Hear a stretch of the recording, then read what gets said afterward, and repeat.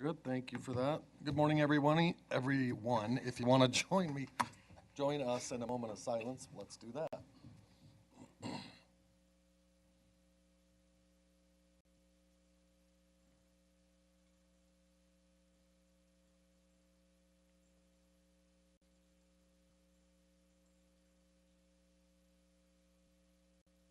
All right, thank you for that. Let's, Vice Chair, you want to do the pledge? I pledge allegiance to the flag of the United States of America and to the republic for which it stands, one nation, under God, indivisible, with liberty and justice for all. Thank you for that. Thank you, Chair. All right. Manager, let's move to number 2, please. Item number 2, general public comment, up to 3-minute time limit per person. Public comment will be for all matters off the agenda. Action will not be taken on the matters considered during this period until specifically included on an agenda as an action item. Thank you for that. In Pahrump, please. Karen Waldman, W-A-L-D-M-A-N. I'm requesting this to be part of the public record. I was recently made aware of missing monies in the town of Tonopah from actions over a 4-year period of time wherein independent decisions were made at the Nye County Treasurer's Office to waive funds that rightfully belong to the town of Tonopah. This happened under the previous county manager's appointment, but now the new county manager is charged with addressing this issue. Someone is responsible for making sure that any wrongdoing is properly addressed to the letter of the law, and that is the sheriff and the DA. I've requested public information from the sheriff's department regarding this issue, and I'm awaiting a satisfactory response. Will the sheriff and DA guarantee that a full investigation into this matter is done and prosecute all criminal actions, regardless of the status, employment, or position of anyone involved? It is the public's interest to know that we can trust our process to uphold the law. I'm also very concerned about the processes in our county regarding the treasurer's office and how things are done. If it's a matter of not knowing what to do, what is being done to assure that this level of malfeasance or oversight isn't being repeated on a daily basis? I'm including a copy of a letter that all of this board has received that needs to be part of the public record in the interest of transparency and honesty. If anyone would like a copy of this letter, please see me. Thank you. Thank you. In Pahrump, please. Morning, Mary Ann Hollis, Hollis. I also questioned why this letter was not in the backup and was told that it was not because it was not the trigger for a certain agenda item. Now, you know that I'm all about process. The process I'm concerned about does not involve personnel, because other than expecting that any and all employees and/or elected officials be held to the highest ethical standards and laws, and also be held responsible for any actions, decisions, or wrongdoings, I am very concerned that the process is rife for further wrongdoing and misconduct. How did this happen over 4 years without it ever being caught or questioned? Does this go beyond just room tax dollars? How did the process in place allow this to happen? And is that process thorough enough to prevent it from happening again in any sector? What will be done to rectify this fraud? Is there trust that the DA and sheriff will hit this hard? We don't know how and when you, the board, may address employees' independent decisions and lack of oversight, as this discussion is subject to a closed session. We will know, by way of a forensic audit, a documented history of the independent decisions to waive penalties and interest for uncollected room taxes. Mary Ann, under hold please. We'll stop your time. We can't talk about that item specifically, but if you have something that isn't that specific item, feel free. Or you can wait until that item. Excuse me, Chair. Yes, go ahead, sir. Excuse me, Chair. Commissioner Jabork. Go ahead, sir. Like the floor, please. Yes, go ahead. Thank you. Thank you. Please allow Ms. Hollis to continue.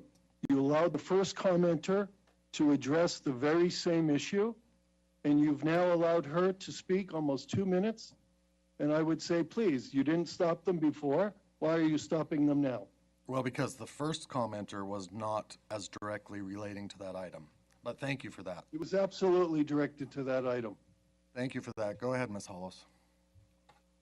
Thank you, Commissioner DeBoer. Where was I? Okay. An audit would show a documented history of the independent decisions to waive penalties and interest for uncollected room taxes under whose authority and without the Tonopah town manager and town board ever being consulted. But the bottom line is, discussion on this letter will happen, if not now, when? We deserve answers and actions. Thank you. Thank you very much. On the, do we have anybody on the phone? Janie, Sam? Where is Sam? Chair, I'm in Tonopah. Oh, there you are. Hello. Hi. Yes, we do have comment on the phone. The caller is unmuted. Please speak and spell your name for the record. Good morning, Commissioners. Michael David Garcia, Garcia. I really still want to touch base on these the patterns and tendencies. Deception is really easy when it's fraud. It's, I've been saying it for the last 4 years. I don't know if anybody in IT has been tagging you, but I've been putting it on y'all's mention side of y'all's Facebook account. But basically, fraud just comes down to origins plus liquidity equals validity, and it's, you got to have those three on there. I mean, all this fraud's been able to go away because it's obviously the DAs, the lawyers, the sheriffs, and the judges are all in cahoots with usually an administrative. You can pretty much score a touchdown on anybody without application and participation. And like I say, due process and original jurisdiction is key when it comes to federal income. I'm specifically pointing out age, gender, and race. And like I say, our only salvation on the civil rights violation is through 60B4, which is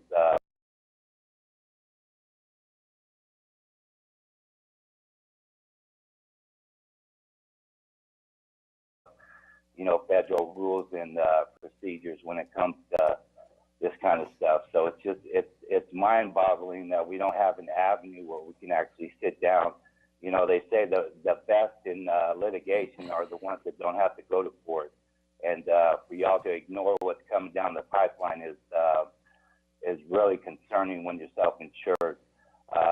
My hostility on the homeless side is 3/4 of every dollar goes to administrative fees. So I'm a little baffled when y'all criminalize or, just basically target the downtrodden. And 70% of America is on paycheck to paycheck. So it's just basically about recognizing inferior statutes and inferior ordinances. You're really looking for something that contradicts repugnant to the Constitution. And there's a lot of the interruptions. There's a lot of concealment when it comes to that. I'm desperately looking for constitutional sheriffs. We're not the only county struggling in these areas. We got 65,000 parents that lose their parental rights yearly. So it's basically a county thing. Same thing with the targeting, with the probate. You know who the first to enter these houses are when their seniors die. So the whole thing with COVID, the jab, we're looking for people that know how to stand up against bad mandates. Just because we have a governor that's been his foundation is on policy through Metro. There's bad habits that come out of that. And like I say, policy is not law enforcement. And everybody realize countries don't go bankrupt for free. Thank you, Mr. Garcia. Do we have a DA in the building who could step in when any of these questions come up, like the first two comments? There he is. Anytime you have an issue, please step in. I will do that, but I certainly cannot talk during public comment. We can't respond to public comment. Again, it's just not appropriate. Right. There can't be any lengthy discussion with public comment, so. Unless it's a comment that needs to wait for the item, is what I was hoping to get guidance on. So, in parenth, please. Tina Von Kuglin, Kuglin. Good morning, Board of County Commissioners. Yes, I'm here again. Yes, my CPU was approved, and yes, I got my Town of Pahrump business license. But let's talk about these standard conditions of approval. Yet, number one, yes, I will apply with all the county, state, federal rules and regulations as long as they don't violate any of my constitutional rights. Number two, of course, all animals will be spoiled to death. I treat my animals better than I treat most of you. No one, no matter what agency you are, has any right to enter my property without the proper warranty paperwork. I have no problem taking a respectable phone call from whomever and explaining to me the issue and making an appointment, as long as I don't suspect a bogus complaint. I address this because Catherine Michelini was subject to this treatment. Some horsewomen were pissed off at her, made bogus complaints about a stolen horse, mistreatment animal, so on and so forth. I watched this woman lose everything over petty horsewomen. Number four, annual inspection. I really don't have a problem with this as long as an appointment is made. And as right now, I'm a self-care facility, so the owners that stall their horses take care of their own animal stalls, feed, and tack sheds. The appointment will need to be coordinated with all stallers. Number five, as far as the building and where it is placed, that had already passed inspection during the reconstruction process in planning and zoning. In fact, the approved building paperwork was submitted at least 3 times and was used in your complaint against me.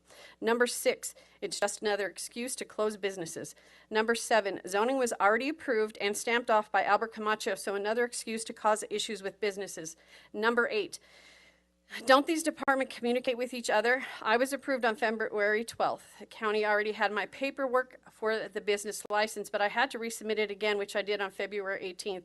Receiving my Town of Pahrump business license on February 19th. As February 21st, it did not show in the portal, so I uploaded it myself. Number 9, of course it's my responsibility to comply, but if these departments don't communicate properly, it makes it hard to follow. Number 10, I believe Nye County is overreaching and violating constitutional rights in this process. Number 11, don't really planning on selling, and my property and all my belongings are already in a trust with the assessor's office and the treasurer. Another overreach to take away CPU and licenses whenever they see fit. Number 13, does this stand for all businesses or just the ones that they keep trying to close?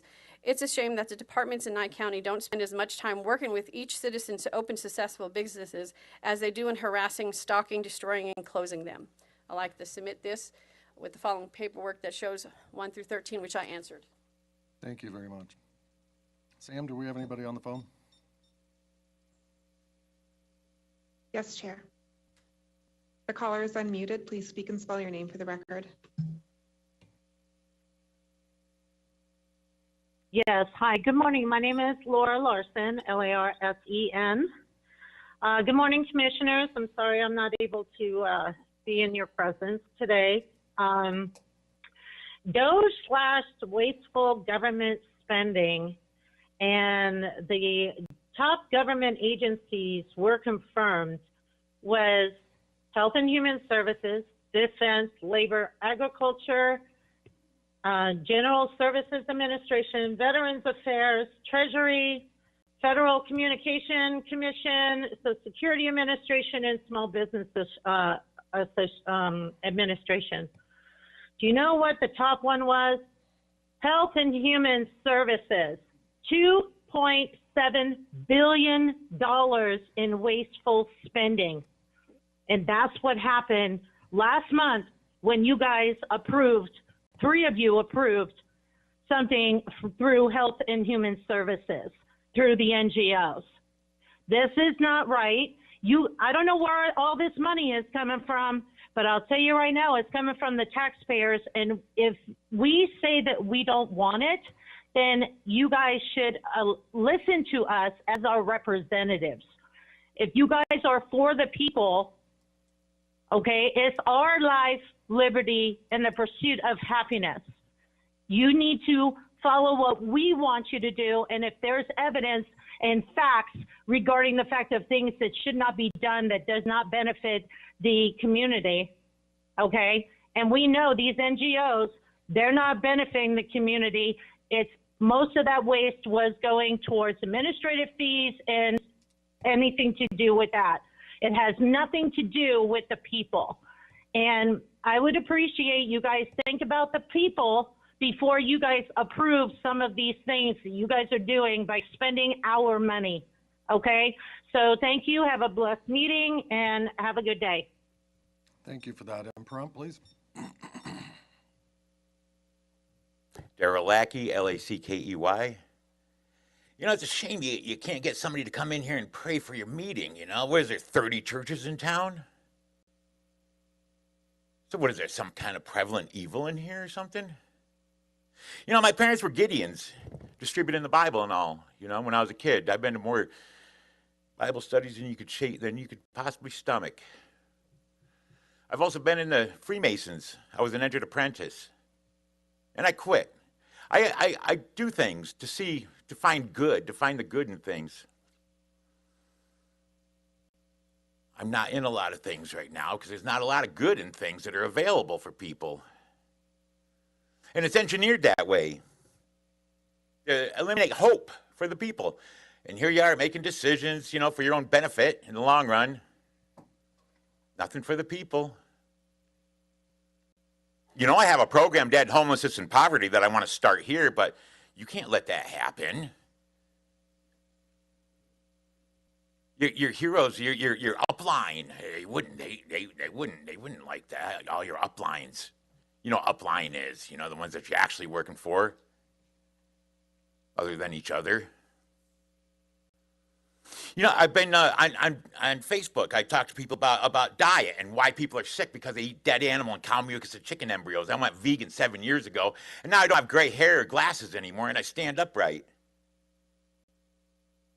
But nobody wants to hear that stuff. Nobody wants to hear the truth because it's so different than what we're taught.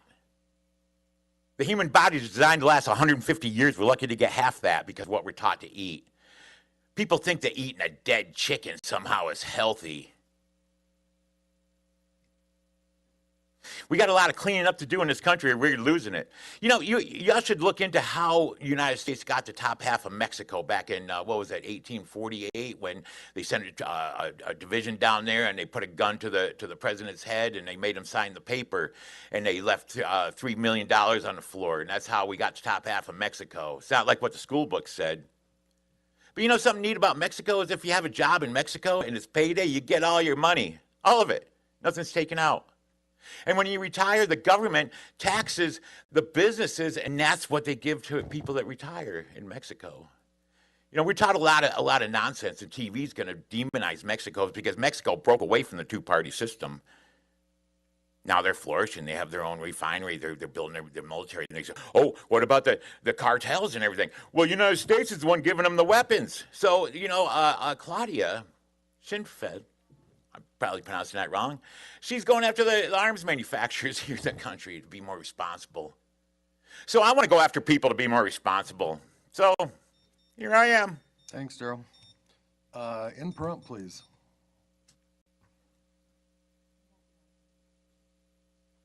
Good morning. Louis Baker. I'm here to talk about a couple of things, but the main thing that I'm... Spell your last name. Baker, Baker. Thank you. I'm here to talk about mainly what's happening, especially with the fairgrounds. And the fairgrounds, as I understand it, has not been funded. And as I stand here today, and if you don't get funded, it's dead in the water.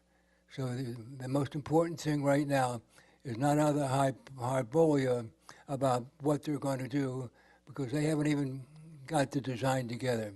That's not, the design 480, what is it, almost a little bit more than $500,000 to do a design.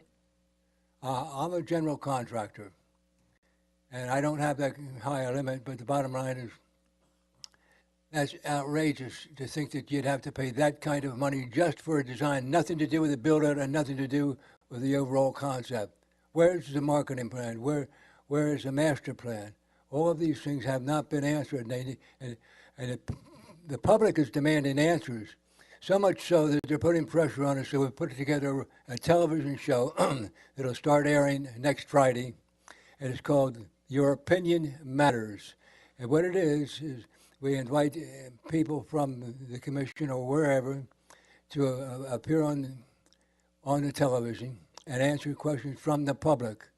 So it's going to be something that we've already started, and we're planning on opening up next Friday, and at 5 o'clock in the afternoon, and it's going to emanate from the White House. So I wanted to talk to you about mostly about what the commission is doing to raise revenue. We know about the expenses. We know that we're over budgeted, but we need to do something about it. In the past, I've given lots of information on many ways that we can make money and do it on an annual basis. And one of the biggest ones is the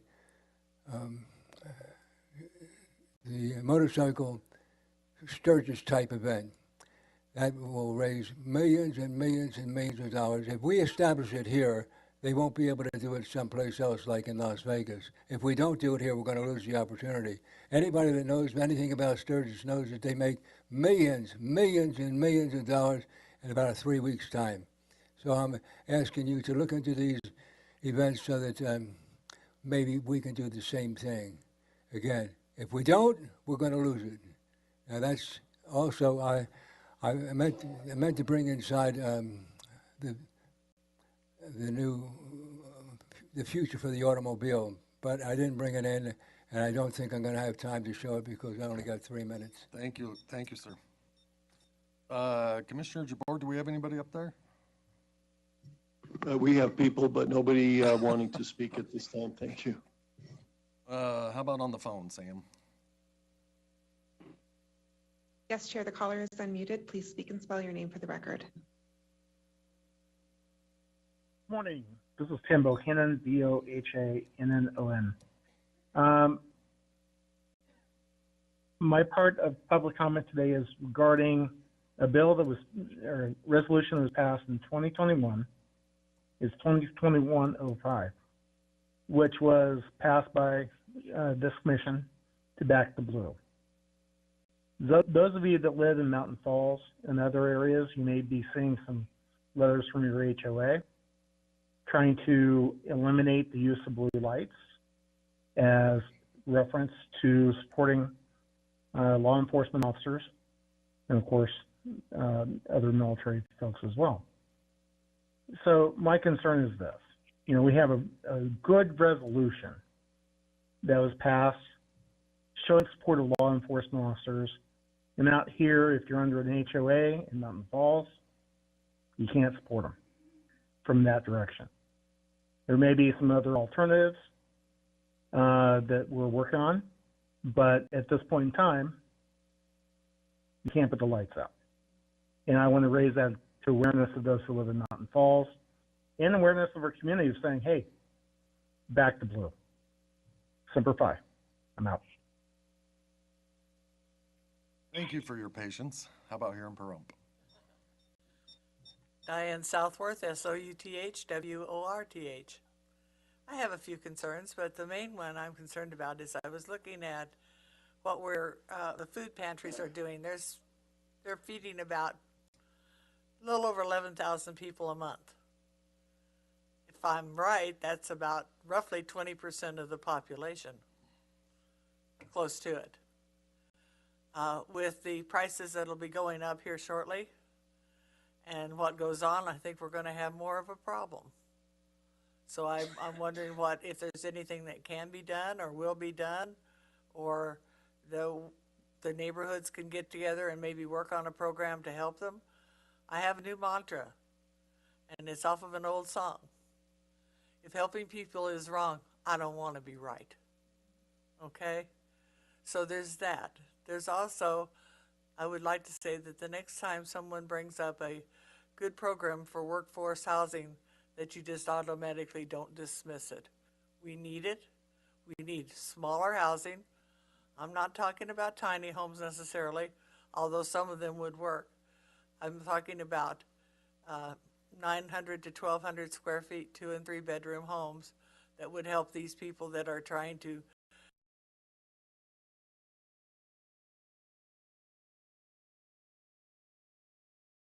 make it here, because I want people to want to stay here and not move away because they have to.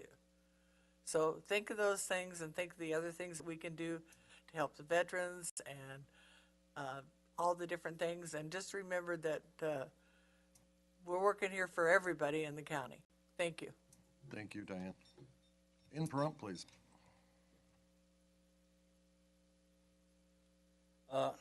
Ron Mortensen, Mortinson.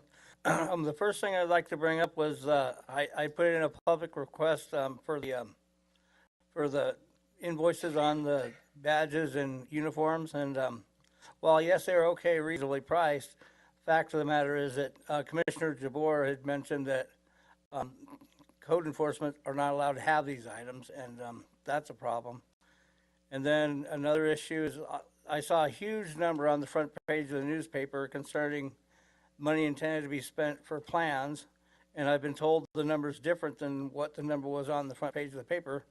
But it's, I've got a friend that's an architect, and he could make plans up for a lot less money than what you guys seem to be intending to spend. And that's an issue. And another issue I got is I just brought to my attention here this morning, I guess you folks voted to make this government like a sanctuary government. That's a real problem. I don't know. It was just brought to my attention right now, but yeah, that's all I got. Thank you. Sam, do we have anybody on the phone? Yes, Chair, the caller is unmuted. Please speak and spell your name for the record. Good morning, Commissioners. Erica Gerling, Gerling. Hope you have a good meeting.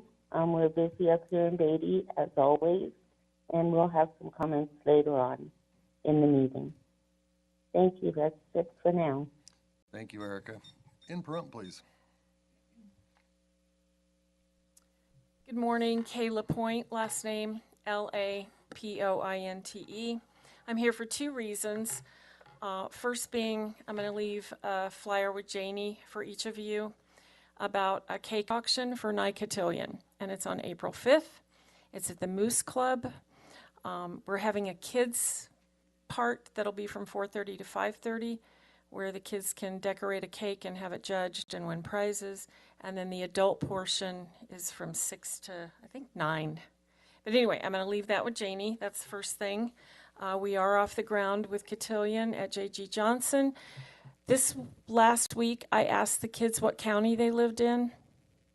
They could barely recognize what the state of Nevada looked like. Commissioner Strickland saw me make that prop. I still use the same one. So only one child knew what county we lived in, and I'm proud to say he was a mentor in 5th grade from last year.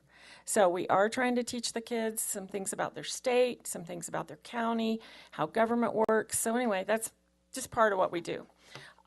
Second, it's National Reading Week. So if you haven't been invited to a school, I'd love for you to come to J.G. Johnson. You can come at lunchtime, 11 to 1. You can check in with the office as a volunteer, and we'd love to have you just talk to the kids about, bring a book. If you don't have a book, I have plenty at home appropriate for kids, but come visit with the kids and talk about how reading is important in your job, because today, as you can see, I'm wearing bright colors. We're telling the kids, your future's so bright, you're going to have to wear shades. So that's what we're doing today. We're dressing up all week, but it is National Reading Week. So if you have time, go by a school, call them, see what time their lunch is. You can step in and volunteer anytime. Thank you. Thank you. In Pahrump, please, go right ahead. Hi, good morning, Commissioners. I'm Patricia Robb, ROBB, a Pahrump resident who works with vacant landowners on different things. I didn't know, this is my first time being here. I didn't know if this was interactive, where I would get answers, or how that works. So I'll just go ahead and read what I've got here. So on behalf of vacant lot owners here in Pahrump, who have been left without solutions for utilities on vast and empty small parcel subdivisions, I, along with many others, want to know what progress, if any, has been made to help these small parcel owners develop their lots. As an investor, I call these paper lots. They're lots that remain unbuildable and repeatedly resold when owners realize they have no hope for utilities because the county does not provide solutions or alternative methods to help towards development. Many simply stop paying property taxes as a result, or they resell to another uninformed buyer who in turn goes through the same cycle. It's truly unfair that this continues to be a problem under false hopes. Each time someone new buys the land, it's unacceptable and unethical for the county to allow this cycle to continue without offering solutions. So I have a few questions to ponder, since this isn't an interactive thing. Now, what has the county done to address the lack of utilities in these undeveloped areas? We have huge acreages full of undeveloped parcels. What grants have been applied for to bring water, sewer, and power to these lots? Have there been any successful applications, or have all efforts stopped? Is there hope for these vacant landowners to ever access utilities, or has the county decided this is a lost cause? Nevertheless, if this is left up to individual landowners to find a way to obtain utilities, then we need policy changes that allow landowners the right to develop their land affordably. When property owners are told they cannot build without utilities and are given no alternative solutions, it only causes frustration and loss of value. Now, I'm not here to ask for county funding, but I do have solutions. One is a special assessment district or community improvement district, which allows landowners to collectively fund infrastructure, just as other counties have done successfully. Has the county even considered this as an option? Other than that, there are alternative systems for water, sewer, and power that exist. If utilities are too expensive, then landowners should have the right to install alternative solutions instead of being left with useless land. Thank you very much. Your time is up, but thank you. And I guarantee you one of us will probably address some of that later. That's it. Okay. Do we have anybody on the phone? Sam? Yes, Chair, the caller is unmuted. Please speak and spell your name for the record. Good morning. Beth Borisevich, Borsewich. Just a couple questions. I was wondering if Health and Human Services is paid throughout through the town funds or the county funds, because last time they spoke, they said that some of the money from the grant they were receiving was going to go toward their salaries. So I'm just kind of wondering if that, how they are paid. Also, I sent you all a letter to the board about code compliance and whether or not they were all taking the code compliance people were taking the class that is required of them in order for them to be able to serve those any kind of complaint on anybody's property. I haven't heard anything. I'd like to know so they could follow up. And talking about following up, I was wondering who follows up on questions at these meetings. There are numerous people that have asked questions over and over, and there's no answers. I met with Commissioner Strickland, and she told me that the county manager and staff should follow up. I mean, there are hundreds of questions that are lingering out there that need an answer. And so somebody needs to jump on that and get us answers so that we know, so we can stop asking the questions. That's all I have for now. Thanks. Thank you. Do we have anybody else on the phone, Sam?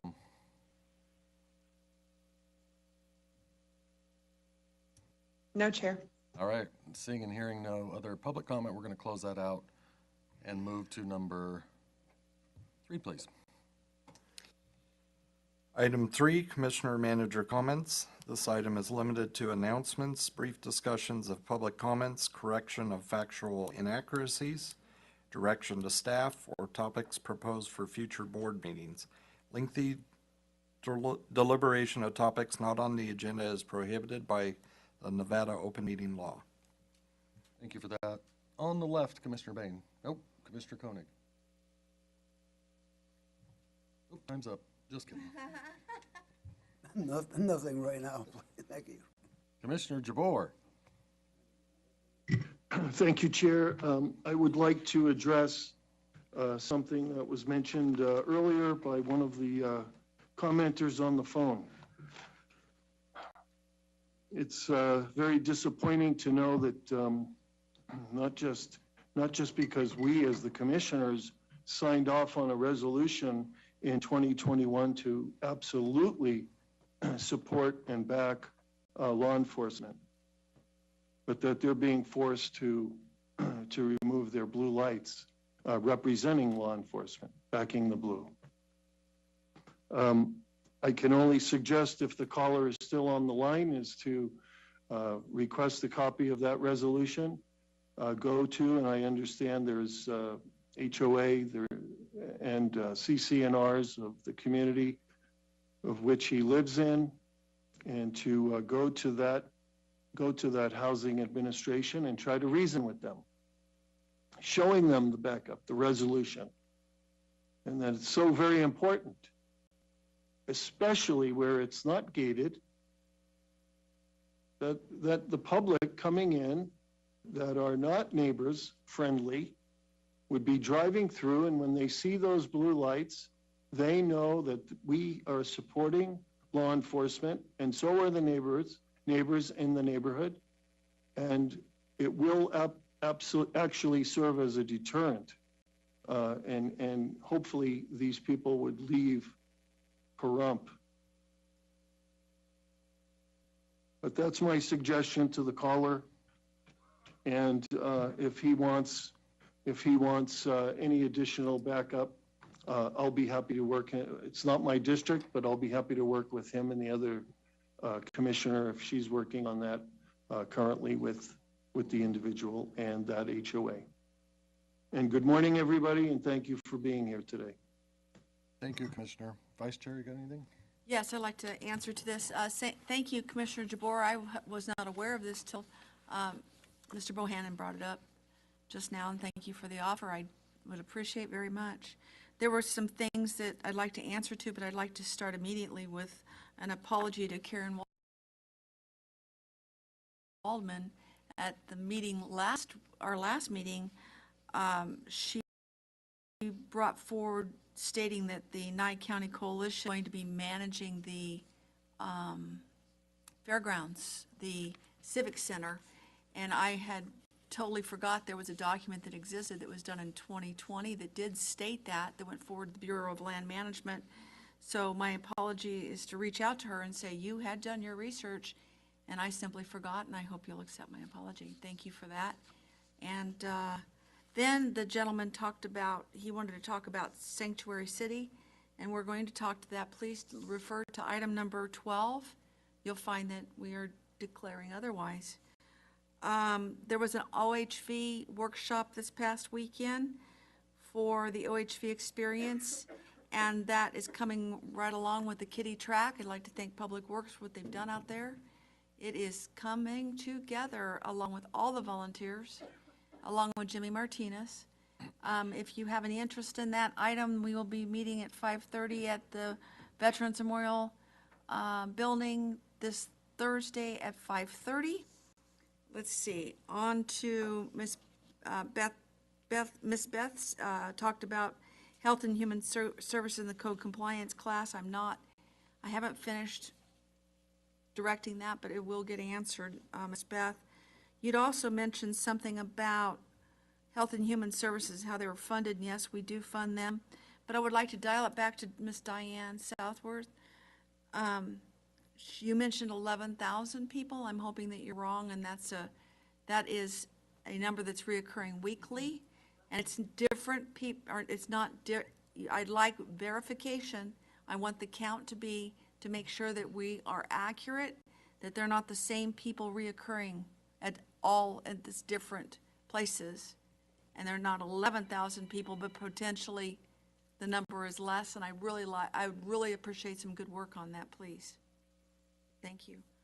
And Ms. Patricia, you mentioned utilities and that the county isn't helping with these vacant lands and we're not able to, we do not manage a utility. The county does not. And a lot of these lands fall within a tariff area, which is managed by a existing utility. So our hands are tied. We don't want a utility to be able to help, to be able to get grants, to be able to get that done. So further discussion, if you'd like to have further discussion with me, that's what I do, okay, outside this job. So I think that's everything, Chair. That's a lot. That was a lot, huh? Thank you. Thank you, sir. Thank you. I just want to apologize. Beth mentioned that she wanted the manager to provide answers on a bunch of these questions, and I chuckled because they go through meetings. After every one of these meetings, they go through with their team and get answers. The break in the chain might be that we need to do better at getting the answers to the people for the questions that are ongoing things. And to follow up with Miss Robb, decades ago, Preferred Equities came in here, developed a whole bunch of land, was allowed to do that, probably, I assume, for payoffs or whatever, but they were allowed to develop all of this land and sell it off to a bunch of unsuspicious people that had no clue they would never be able to do anything with that. So me being here 27 years and most of us being here a long time, we pay for that as well because we drive by and see all these weed-filled lots that are just waiting for a fire. So that's all I have, and thank you all for being here. Any managers? Yeah. So I want to clarify a couple of comments that were made. One of them is there's been a couple of comments on the badges for co-compliance. There has never been direction from this board. It wouldn't be from a commissioner anyway. Commissioner doesn't decide that on their own. In regard to the topic of badges, the comment or conversation that was had was during a budget workshop. It was about a position request, which has a spot on there where additional equipment's needed, where you would list vehicles and whatever, whatever extra expense that would be having to be added to the budget. Badges was mentioned in there, and then throughout the conversation, which this has been provided to Commissioner Jabor to clarify, the comments were made that they would need to come out of the budget of the planning department, which is... I would just like to interject here. Badges for the planning department is extremely stupid. It's going to get people shot and killed. This is the most ridiculous thing they have ever thought of. But hey, stick them on, people. Totally cool. About shirts, there was comments about everything. The computer, all comes out of that budget. So, and that is where they came. They were approved by the county manager at that time. In addition to that, as far as the training or certifications or whatever keeps coming up from the couple of members of as far as badges go, you might as well just let Scott go in first on domestic violence and continue to violate co-compliance officers and the authority to issue safe. Why don't we just let them have, everybody has badges for everybody.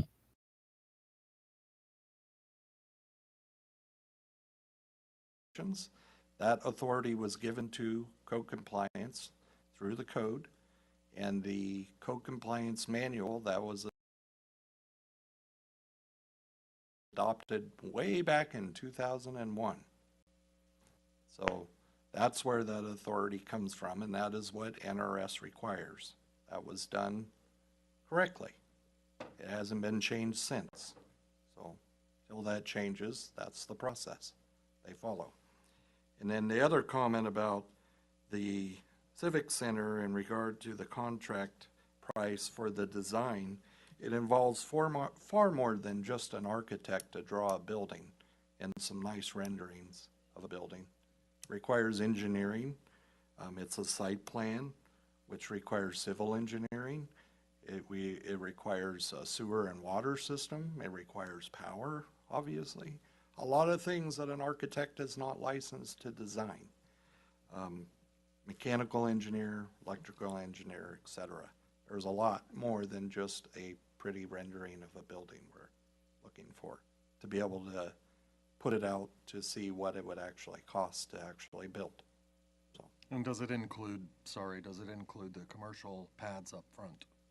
no, this is just the site plan for the access roads coming in there, the sewer system, the water system, the fire protection system. We need to know what would be entailed in this building before we know what it's actually going to cost. But before we can give everybody everything they need, we have to get them badges because badges are important. Hello, Sheriff. Oh, sorry.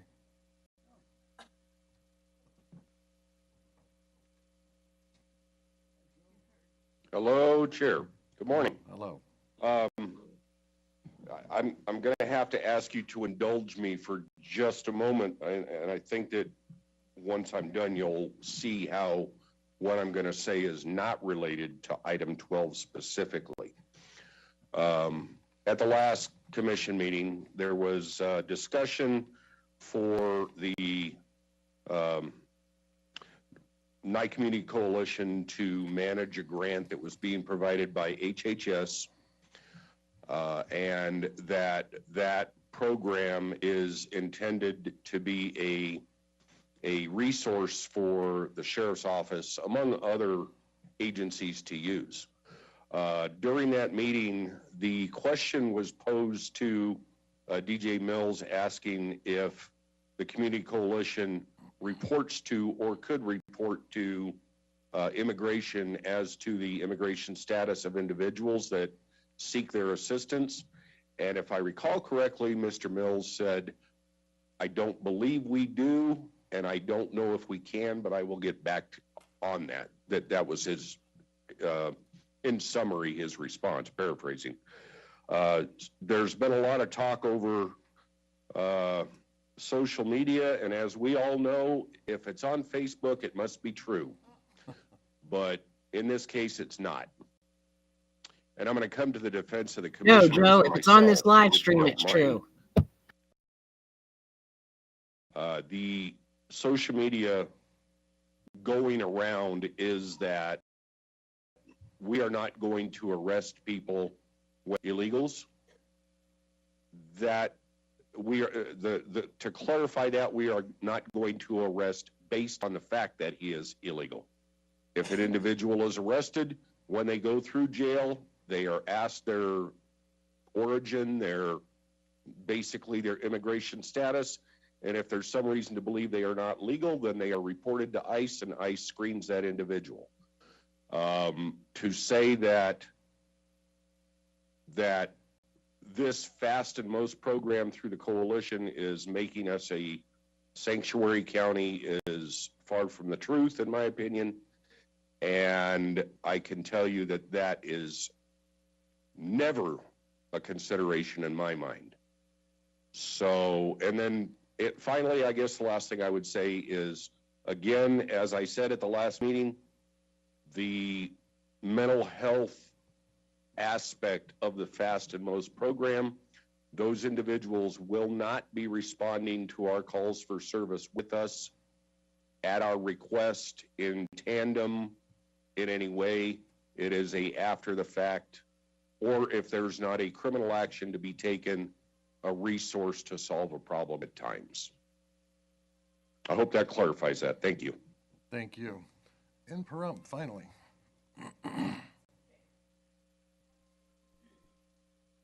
Good morning, Commissioner. Sherry Stringer, Nye County Assessor, Stringer. This is just information for you folks that we are moving forward with the addressing in Tonopah.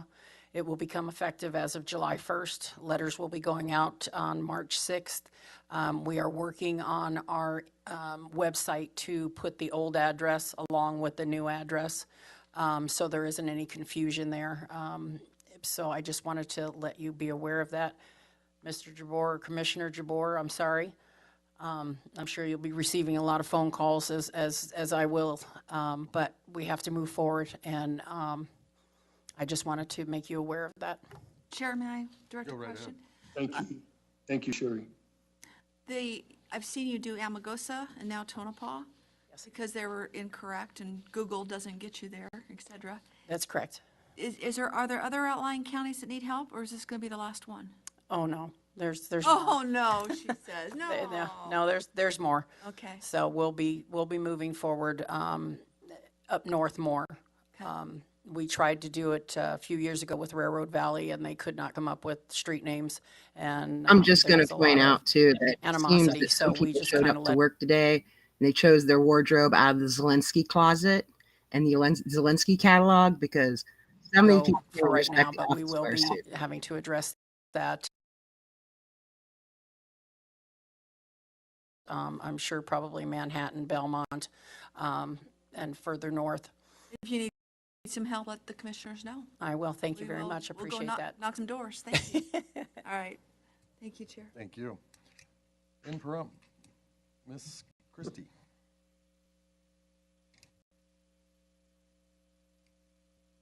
Christy Sigmund, SIEG-MUND Manager, Animal Services. So I just want to send some reminders out and ask the community and the commissioners for assistance. We have some beautiful horses here at the Calvada Eye, but they have started to become a spot of citizens stopping and looking and touching and feeding and It's called trying to tourism. chase them. So I just ask everybody, please remember that these wild horses are wild. Just like we would tell our kids when they were little, you look with your eyes, not with your hands. So don't touch, don't feed, and just enjoy them because they are absolutely gorgeous and absolutely beautiful. I do have some animal control officers patrolling extra throughout Calvada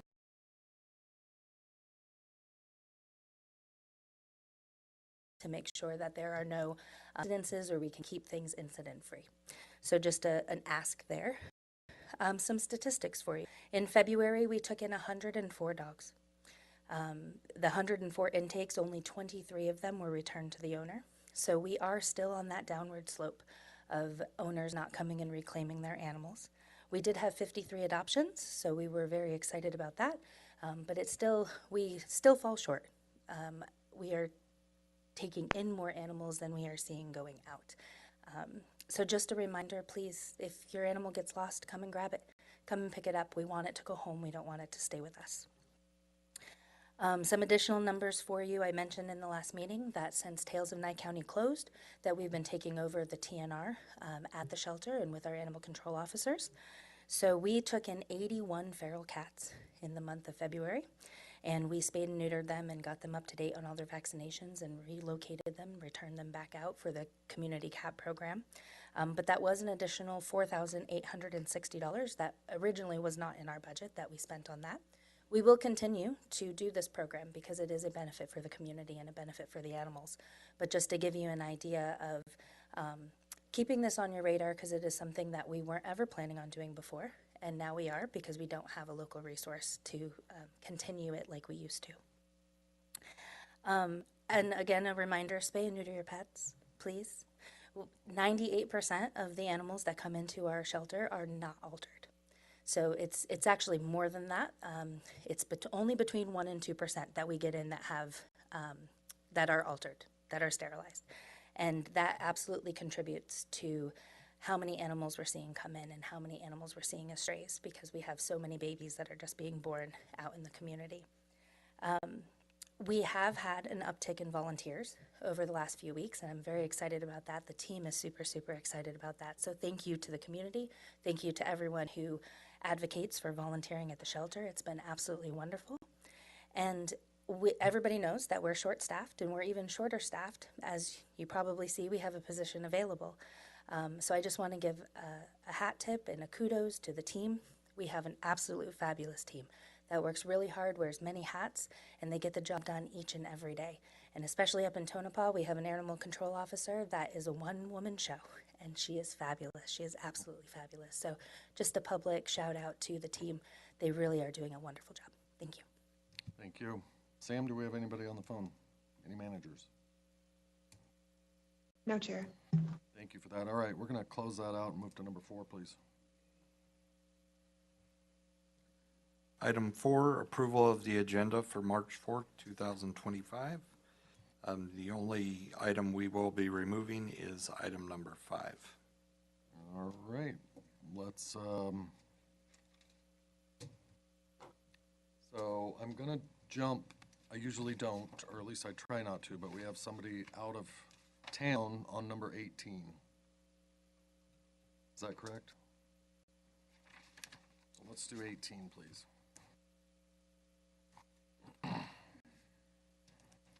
Item 18 for possible action, discussion and deliberation on WV-24-23, a request for a waiver from Nye County Code 16.20.160, requiring a minimum lot size of 6,000 square feet to allow a proposed land division map to divide a 9,585 square foot parcel into two parcels as follows.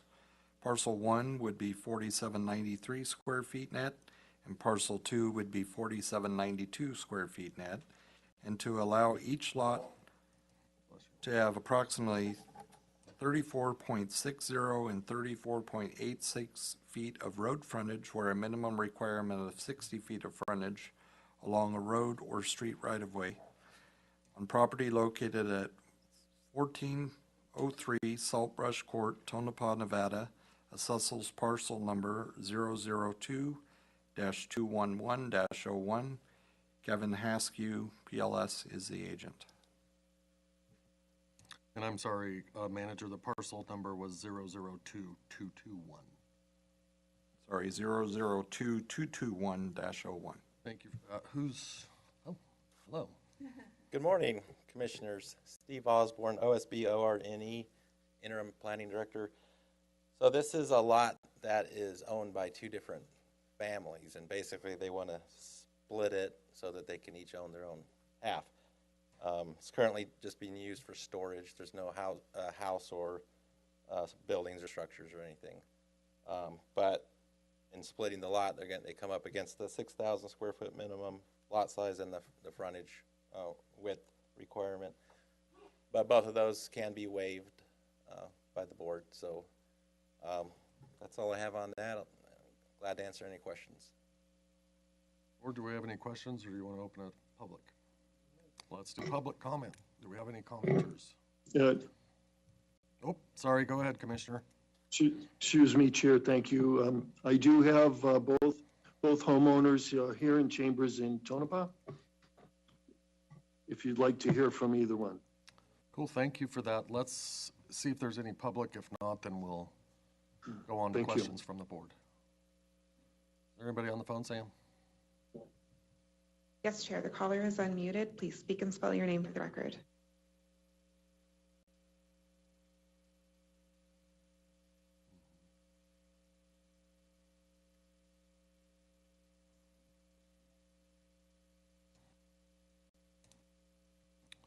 Okay, then, The board. caller is unmuted, please. Oh, go ahead, sorry. Sorry, Chair, thank you. I was just letting the caller know they're unmuted.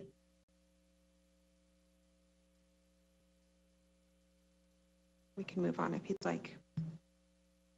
Okay, we'll move on to, does the board have any questions? Oh, we'll close public comment. Now see if the board has. I have no questions, sir. I'll make a motion when you're ready. Or leave it to your board. Boy, Ian Bain's just been looking bored and bored and more bored after every meeting. Was Deborah Strickland got his nanas in her purse?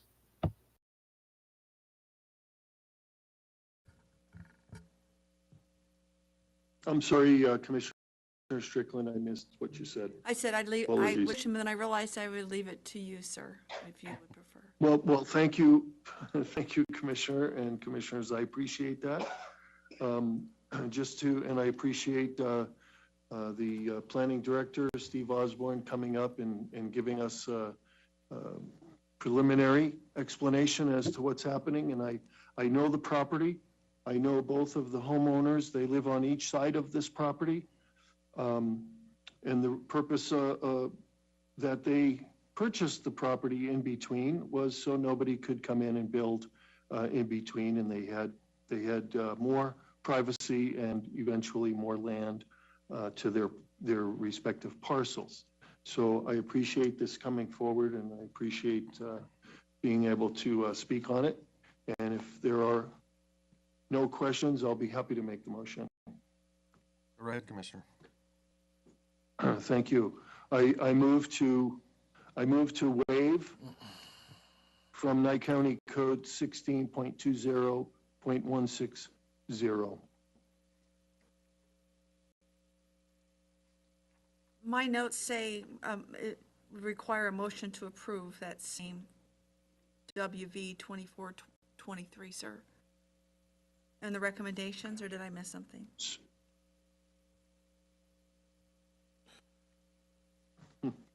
Well, so amended, Commissioner.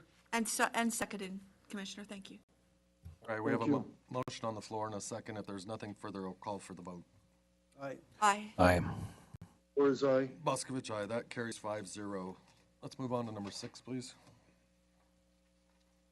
Thank you. Thank you.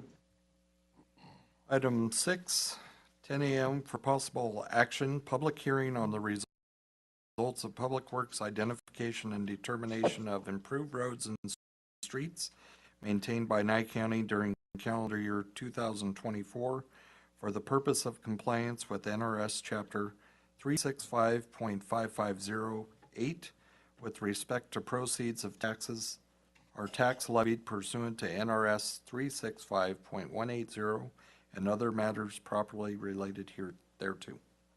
Thank you for that. Mr. Bowling. All right, start his timer. Just kidding. He's usually... Tom Bowling, B-O-L-L-I-N-G. This is our yearly public hearing that we have for you guys to approve the mileage that we send to the state so that we can get our funding that they've already collected, basically. So that's short and simple. I like that. Commissioners, do we have any questions before we go to public? Let's open public comment, but don't run off too far. Sam, do we have anybody on the phone? Yes, Chair, the caller is unmuted. Please speak and spell your name for the record. Beth Borisevich, Borysewich. The form that is presented to us in the backup just has a whole bunch of numbers on it, but it also has instructions that you're supposed to provide the names of the roads, the work at the beginning and the end, and a whole bunch of other stuff. Now, all of the citizens of the town of Pahrump and in the county of Nye are paying their taxes, or most of us are, and we would like to see the entire list. We've never seen this list. So if you're going to provide backup, we would like to see all of the backup, because inefficiency seems to be a common thread that is going around with everybody. And I'd like to see that list. And if it contains personal information or confidential information, you can black it out. Other than that, I think you should provide the list as well. Thank you. Thank you, Beth. Sam, do we have anybody else on the phone?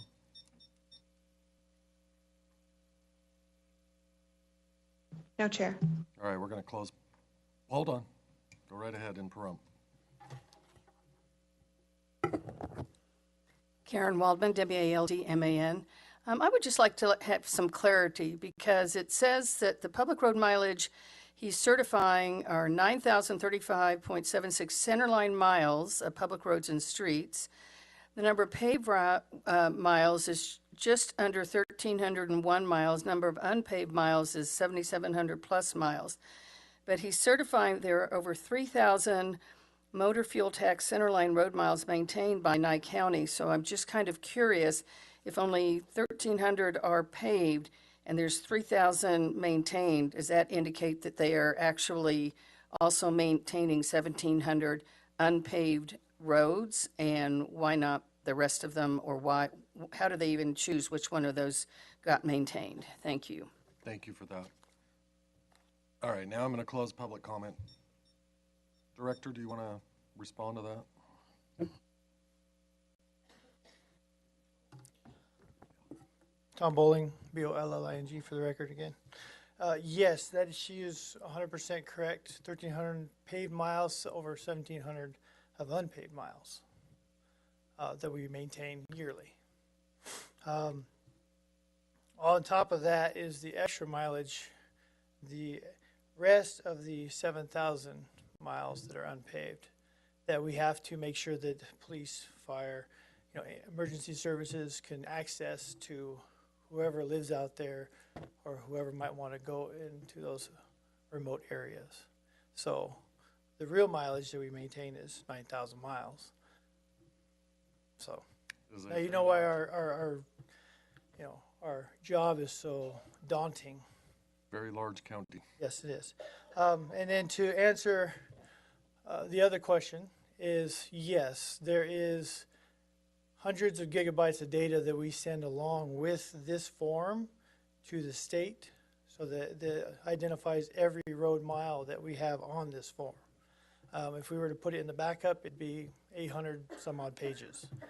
And so that's why we don't put it in the backup, because I mean, your guys' books would be this thick.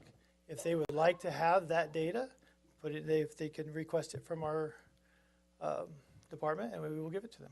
Okay, cool. Good to know. Is it something we can provide on OpenGov?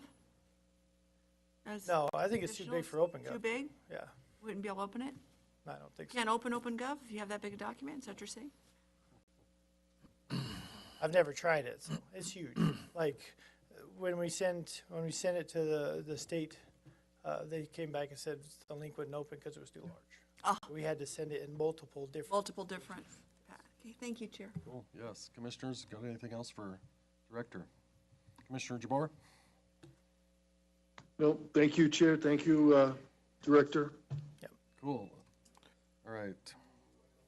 I'd like to make a motion to approve the results for submission to the Nevada Department of Transportation.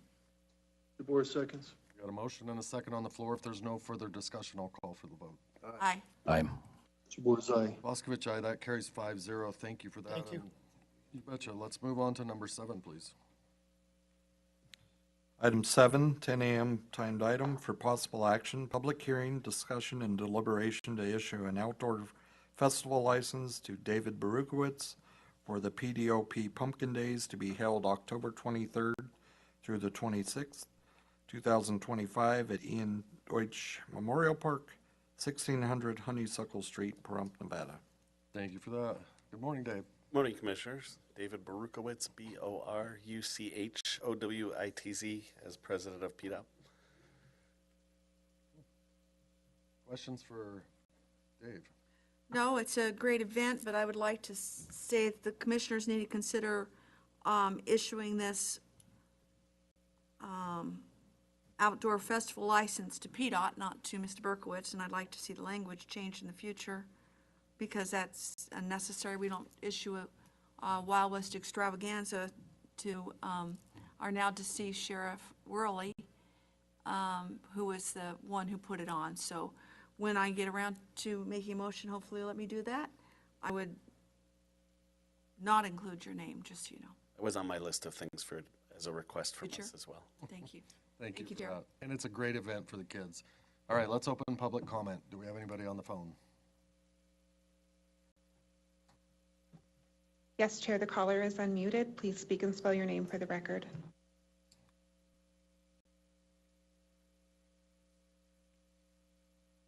Good morning, Commissioners. Courtney Kenney, Kenney. Just wanted to let you know myself and Jimmy Martinez is on the phone in case you have any questions.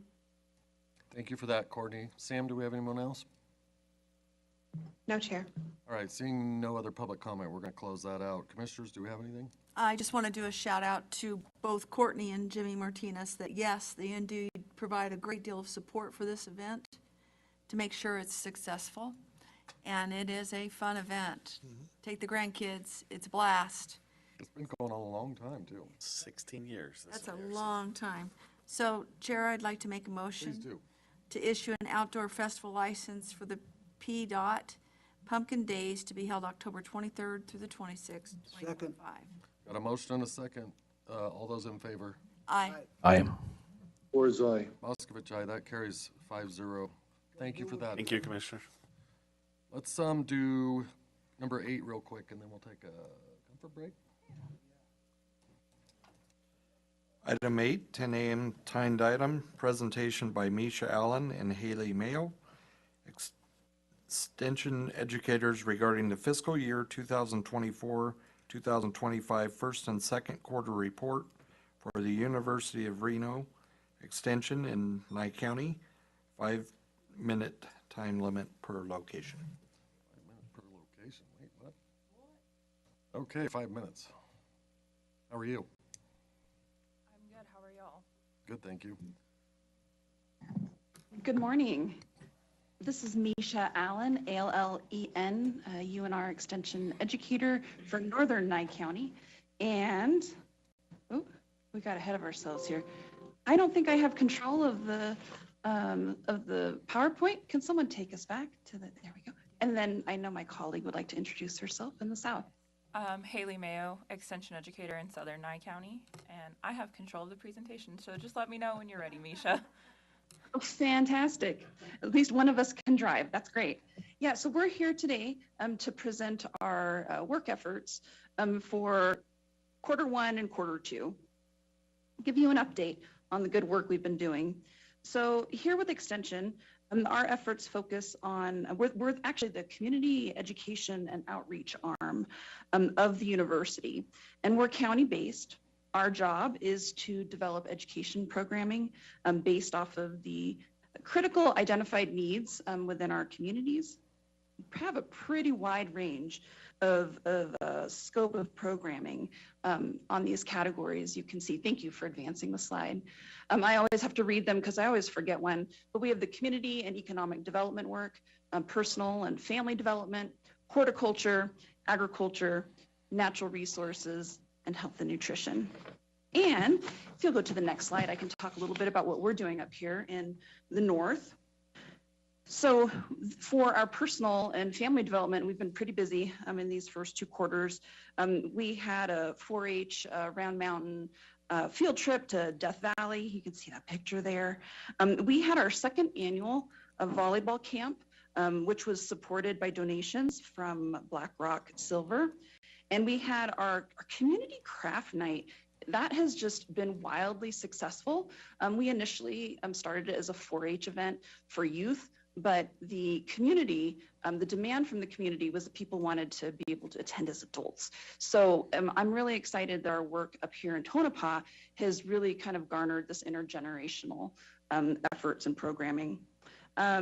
We did get some federal funding for an environmental educator through AmeriCorps over the summer, and she helped to reestablish our 4-H garden in Tonopah, and I helped to connect $175,000 in Green Our Planet hydroponic system grant funding with our schools. So it provides a living laboratory for teachers and students in the classrooms.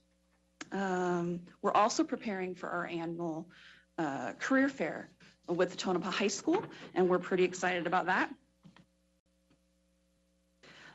Another category of service that I address is community and economic development. You can see I have these blocks here. I travel with these and provide presentations if there's anybody in the community who's interested in looking at community development through the lens of Maslow's hierarchy of needs. I use these building blocks to demonstrate community well-being and resilience.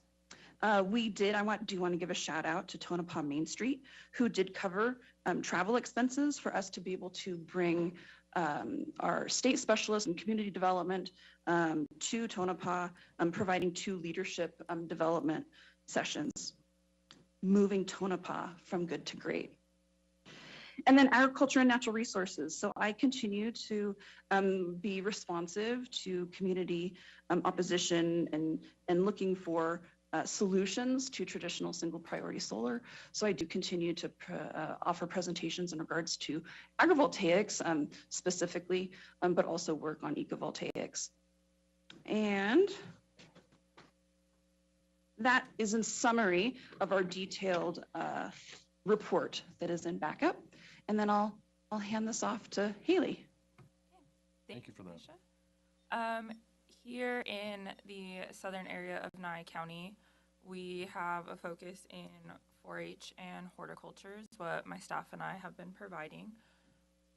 Some of our major highlights from Q1 and Q2, which would be July through December, We started some clubs up in Amargosa, including sewing, baking, and we recently have added a dog obedience and training club in Amargosa, which has been a hit.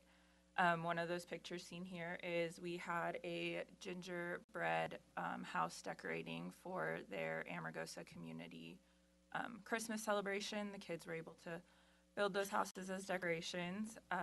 Other highlights included our Awkward Silence robotics team, which is the picture with the kids in red shirts, and robotics hosted a robotics summer camp for the first LEGO League first LEGO League Challenge age group, which is ages 10 through 13, which will be that picture in the middle. It was a really big hit. We ended up with some of those kids retaining and joining 4-H further.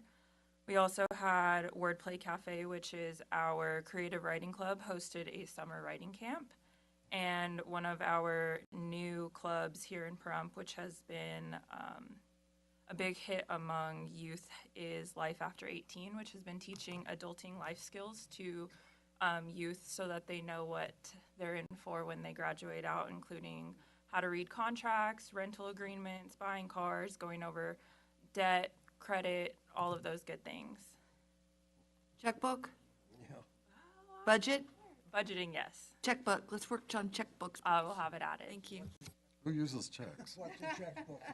I know, we know how to scan them through our banking apps to deposit them. And then we've also had a lot going on with horticulture. The Pahrump Master Gardeners continue to put on the Pahrump Farmers Market every Saturday morning at Tractor Supply, where they host the Ask a Master Gardener informational booth, and we have senior nutrition vouchers being accepted through August 15th. And there are currently 4 vendors who are accepting the WIC Solid Market Shopper app as a way to buy their products. We also hosted the food and horticulture entries for Fall Fest back in September with 112 food and horticulture entries that were judged. We've had a couple open days in the garden with hands-on demonstrations, and a state specialist in horticulture from the Clark County office has come out for all of our garden events, including putting on a pruning class. He is the one in the Santa hat and sweater down in the bottom. And yeah, I think that that's a good synopsis of what we've been doing. Cool, thank you for that. Commissioners, do we have any questions? Yes, Chair. Go right ahead, sir. Thank you, Haley and Misha. Thank you for your presentations. Again, for my satisfaction and the public's. Please, can you tell us how many of the children in both Tonopah and Pahrump areas now including Amargosa, how many of the children are impacted by these programs? I believe in Amargosa we currently have either 12 or 15 who are enrolled, and they've been attending almost all of the clubs that we've had, and we're working on gaining more volunteers to add other clubs that might be of interest to other youth beyond sewing, baking / cooking, and dog. And in Pahrump, we currently have, I believe, 55 or 65 enrolled youth members. I don't remember which was exactly the one, and we're still working on pulling re-enrollments from last year just to get their parents to go through the process of re-enrolling their youth. Very good. Thank you, so, Misha. so I actually do keep an activity tracker. I don't have those numbers with me, but I can certainly start adding that to the to give you a number. I want to say we're over. Well, I'd be guessing, but I think that we were at around 6,000 impacts. So actual what I call contacts with individuals for the last calendar year. But I can get those numbers for you if you'd like to have that.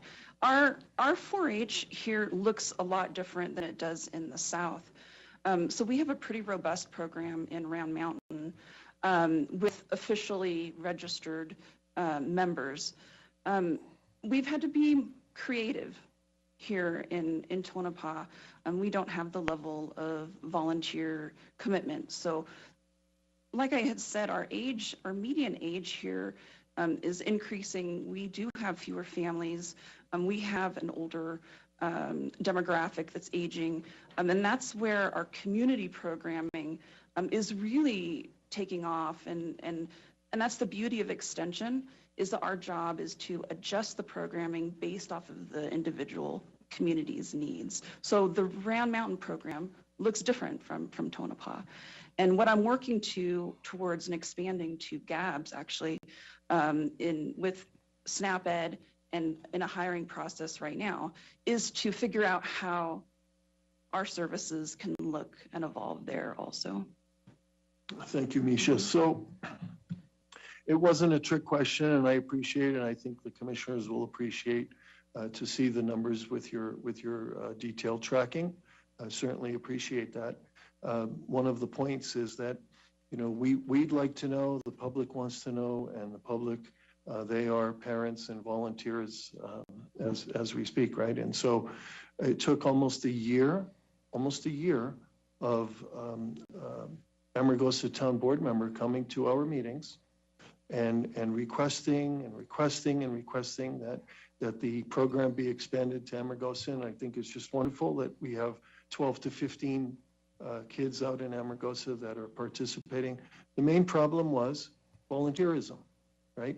And I think that that's true in Pahrump, Tonopah, Amargosa, Round Mountain, et cetera. So please, you and Haley, continue to do what you're doing and keep, and I know you are, I'm just preaching to the choir, right? You're keeping the kids' interests at heart. Yeah, so thank you very much. Thank you, Chair. You betcha. And thank you, Misha and Haley too. All right. We're gonna do a 10-minute, so 11:30.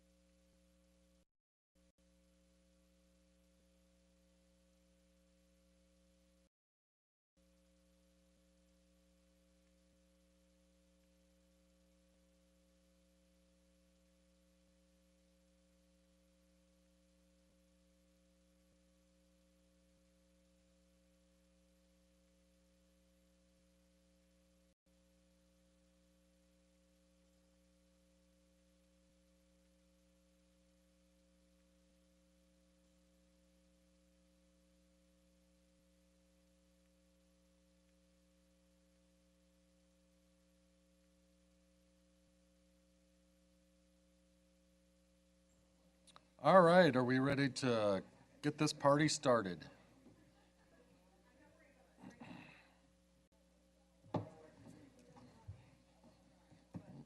Commissioner Jabor is not back in chambers yet, Chair. Okay, thank you. Well, we got 4. Okay, let's,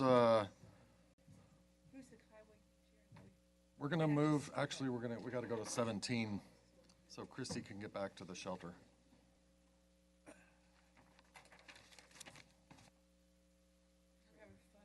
Yes, we is. At item 17 for possible action, discussion, and deliberation to A, ratify animal shelter manager Christina Sigmund's acceptance of the Bissell Pet Foundation grants agreements for the July, October, and December 2024 Empty the Shelter events. B, delegate authority to animal shelter manager Sigmund to electronically accept future Bissell Pet Foundation grant agreements on behalf of the Board of County Commissioners. And C, fund $3,060 to 10340 grants. Thank you for that, Manager. Okay, Manager. Christy Sigmund, SIEGMUND, Manager Animal Services. So as I have shared with you over the last year, we have been invited to participate in the Bissell Foundation events. What Bissell does is they give us a reimbursement of $50 per animal that is adopted for lowering our adoption fees. So we lower our adoption fee and then they reimburse us. The way that those reimbursements come back to us is in the funding of a grant. And they do that so that they can request at any time reports as to how we are using the funds. So we have received 3 checks from them, reimbursement checks, grant checks, that I am kindly asking for ratification, and then asking if we can continue to participate in the Bissell events. We do see about a 65% increase over those 10 days or 2 weeks in our adoptions. It really, truly is a wonderful event, and those monies can also help fund the medical, the spays and neuters. As I shared earlier, about 98% come in unspayed and neutered, so those funds will go directly back to the medical, and every little bit helps. Right. Well, the Bissell Foundation is a great organization. Commissioners, do we have anything before we do public? Let's see if there's any public comment on the phone. There's no comment on the phone, Chair. All right, we're going to close public. Chair, I'll make a motion. Please do. Make a motion to ratify, delegate the authority, and fund $3,060 to 10340 grants. Second. Got a motion on the floor and a second. If there's nothing further, we'll call for the vote. Aye. Aye. Aye. Or is aye? Bocc, aye. That carries 5-0. Thank you. Let's go back to number 9, please. Item 9 for possible action, discussion, and deliberation regarding the general road report by the Public Works Director on general road maintenance, gravel road maintenance, asphalt patching, weed mowing, and direction regarding public works projects. Okay, we're going to turn this over to Chair Jabor. Thank you, Chair. Morning, Bo. Thanks for coming up here and giving your presentation, and you're it. Hey, hello, everyone. Bocc, GOTT, Assistant Public Works Director. So Public Works received 58 maintenance requests last month, mainly for potholes. This is about 40 lower than last February, but we did see a bit more come in after the rain last week, which created more holes throughout the county. We continue to get calls asking why requests submitted months ago haven't been completed yet.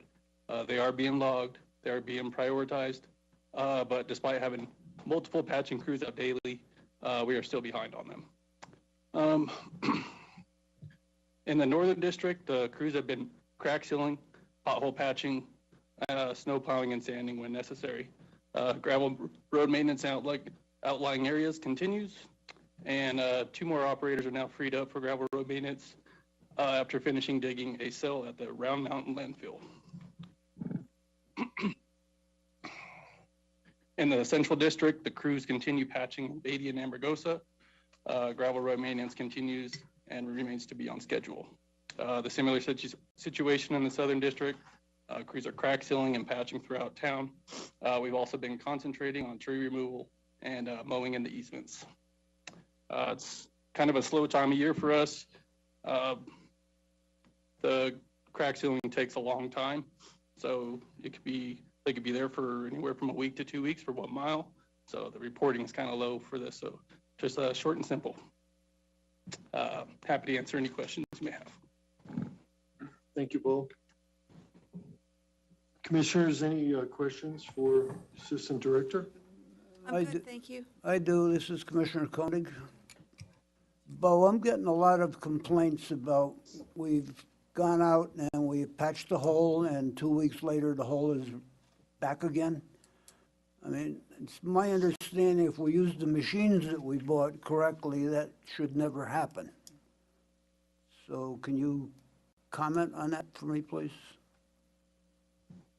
Yes, I can. So the Durapatcher is a really great machine.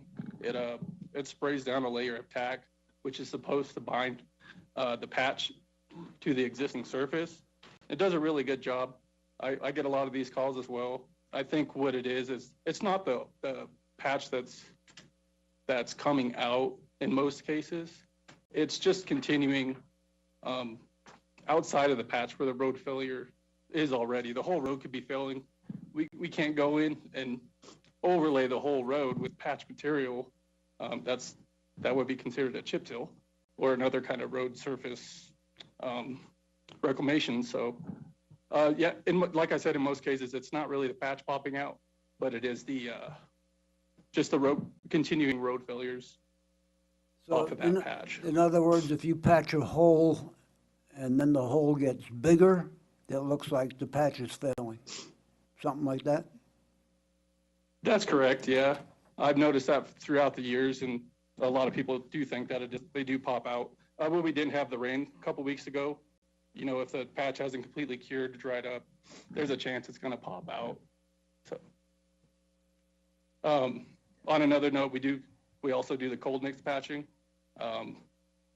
It does not hold up as well, but we are changing our strategies on our pothole patching, squaring out the holes better, and just doing a more quality patch rather than just a blow and go, throw some cold mix in it and move on. So we're getting better and better as we move along. Well, you've done enough of them. You should be experts. Thank you. Yep. Thank you, Commissioner. You know, if you don't mind, Bo, I'd like to jump in because what we typically experience in the north, Pahrump has been experiencing for the past month and a half. And so I know that there's a temperature factor, and hopefully you guys are monitoring, you know, that if it's just too cold, you are wasting materials and time, payroll, you know, the strain on the machinery, et cetera, you know. So I'm not trying to be your attorney, but I know how cold it's been, especially in Pahrump. And so please stay on top, and we thank your staff for, you know, for what they're doing out there in the elements, whether it's cold or hot. That's right. Right. Commissioner Bain, did you have anything for the Assistant Director? No, sir. Thank you. Thank you. Chair Boscovich, anything for Bo? No, Chair. No, thanks. Thank you. Commissioner Strickland? I'm good, Chair. Thank you. Thank you. Let's open it up to the public, please. I have no public here, Chair. Thank you. Is there anybody on the phone, please, Sam? No, Chair. Thank you. Well, we'll close public comment, and then I'll jump back in. I'm glad Director Bowling is still there because you guys can hear, and I think appreciate what I have to say. You were here, your crew was here for multiple reasons, but more specifically, a few meetings ago, we had the concerns from our senior citizens that live here in Tonopah and Round Mountain, and that visit out of Esmeralda. And their concern was the senior center parking lot.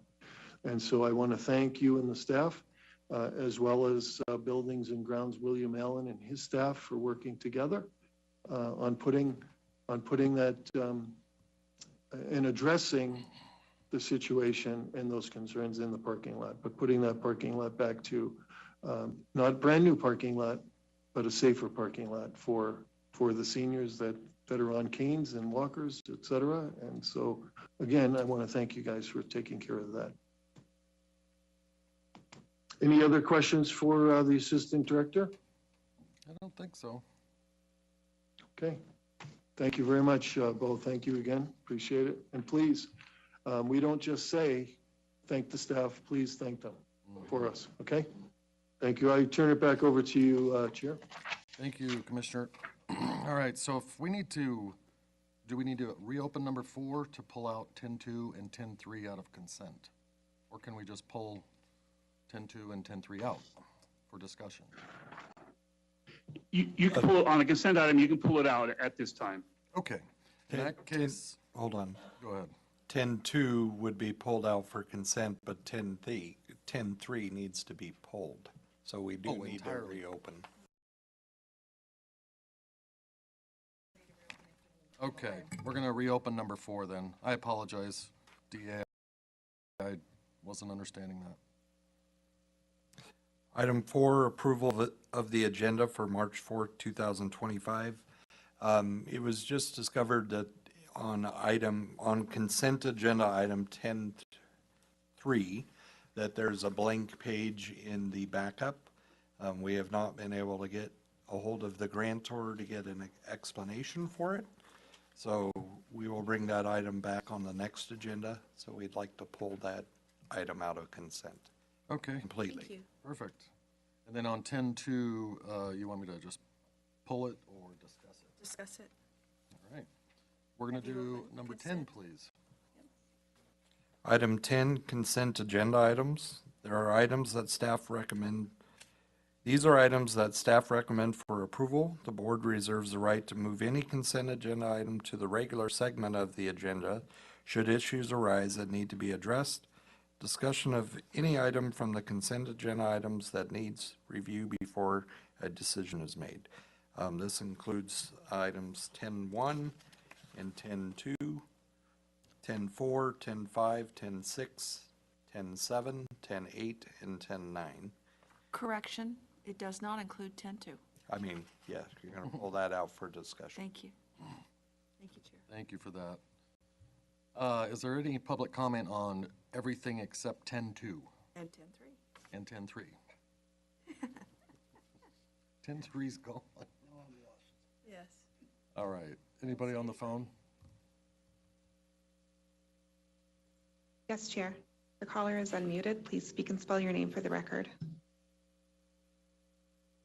I do have comments on 10.2 and 10.3, so do I have to wait on that? Yep. Give it just a sec, please. Okay. Thank you. I'll raise my hand again. Okay. Right. Thank you. All right. If there's nobody else on the phone, we're going to close public comment. I'm looking for a motion. Motion to approve? I'll second that motion. Yeah, there's a but I need to disclose on 10.9 that Trump Valley Public Transportation, I am on the board of that, but it won't affect my vote. Okay, so we have a motion and a second for everything except 10.2 and 10.3. There's no further discussion. I'll call for the vote. Aye. Aye. Zabor's aye. Bocc, aye. Those carry 5-0. Let's do 10.2. I need to make a disclosure on that one also. Right ahead, sir. When we open it, please. Oh, yeah. Do you want to open it? 10.2 for possible action, approval of the meeting minutes from the joint meetings of October 1st, October 15th, and October 29th of 2024. Thank you on that. I need to disclose I was not on the board at that time, so I will not be voting. I was sitting out there, but I was not sitting up here, so I will not be voting on that item. Okay, thank you. That is what I wanted to point out, if I may, Chair. Hold this item because you have a board was setting in October, that these minutes reflect what they said, and they're not here. We have 2 board members that weren't board members. We are behind on these minutes, and this can't keep going on. The NRS says we have to have this done within 30 days, Chair. And I'm not happy with the fact that we're hearing Octobers, and it's not fair to this board, so I'd like to see staff see that this gets caught up. Thank you, Chair. Perfect, thank you. That's all I have. May I, Mr. Chairman? Yeah, go. I don't even know what there would be to declare or disclose. Nothing in the statute looks like it's relevant, but I'll disclose I was not here whenever these meetings were made for whatever it's worth, just so everyone is aware of that. And that's all I have to say. I yield back my time. Thank you, sir. Thank you. Okay, let's And, open. Chair. Yes, go ahead, Commissioner. Chair, before we open, please, if you don't mind, could we have the manager just restate the numbers that are in question, please? On 10-2? There were 2, but go ahead. No. In 10-2, what are the numbers that were named? Oh. October 1st, October 15th, October 29th of 2024. I see.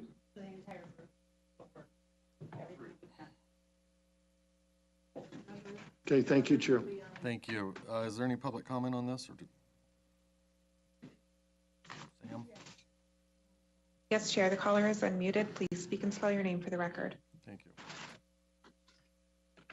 Beth Borisevich, Borysewich. I'd like to thank Commissioner Strickland for instructing staff to figure out why they cannot get these meetings out. This is 5 months after the event, and these commissioners can't even vote on anything.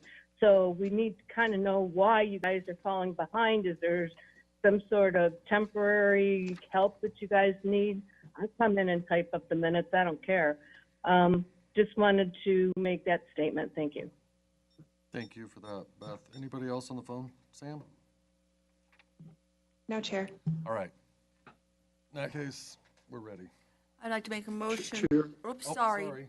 Commissioner Jabor, Excuse me, sorry. excuse me, Commissioners, excuse me, Chair. I know there's a lag. If you don't mind, I'd like you to recognize our county clerk. Yes, go right ahead, absolutely. I didn't see her in there on the screen. Oh, there she is. I'm right here. Corey Friedhoff, County Clerk. I know we're behind. First, I do want to say per statute, we have 45 days. We are behind, and I do understand that, but I need everybody to understand the chaos that is happening right now in the office of the clerk. I don't know how much y'all want me to put out there, but we are getting on top of it. Hopefully by next meeting, we will have all of November's. The following meeting, we should have all of December's, and hopefully the first one in January. We are working as hard as we can, but we are short 3 people right now. So that's really all I wanted to say. Thank you. Thank you for that. Thank you, Clerk. And sadly, we are aware. Unfortunately, we're aware. All right. But we need to recognize the NRS. Yeah, We need to recognize, and I apologize, 45 days it is, not 30. Thank you. All right, where were we? We had a motion? I was going to make a motion. Are you good, Commissioner Jabor? Go ahead, please, Commissioner. Thank you, Chair.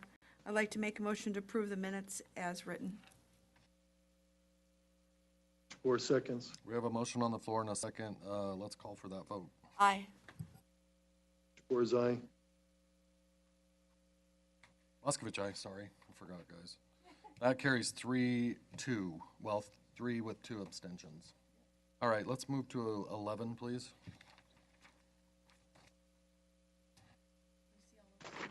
Yeah, that was.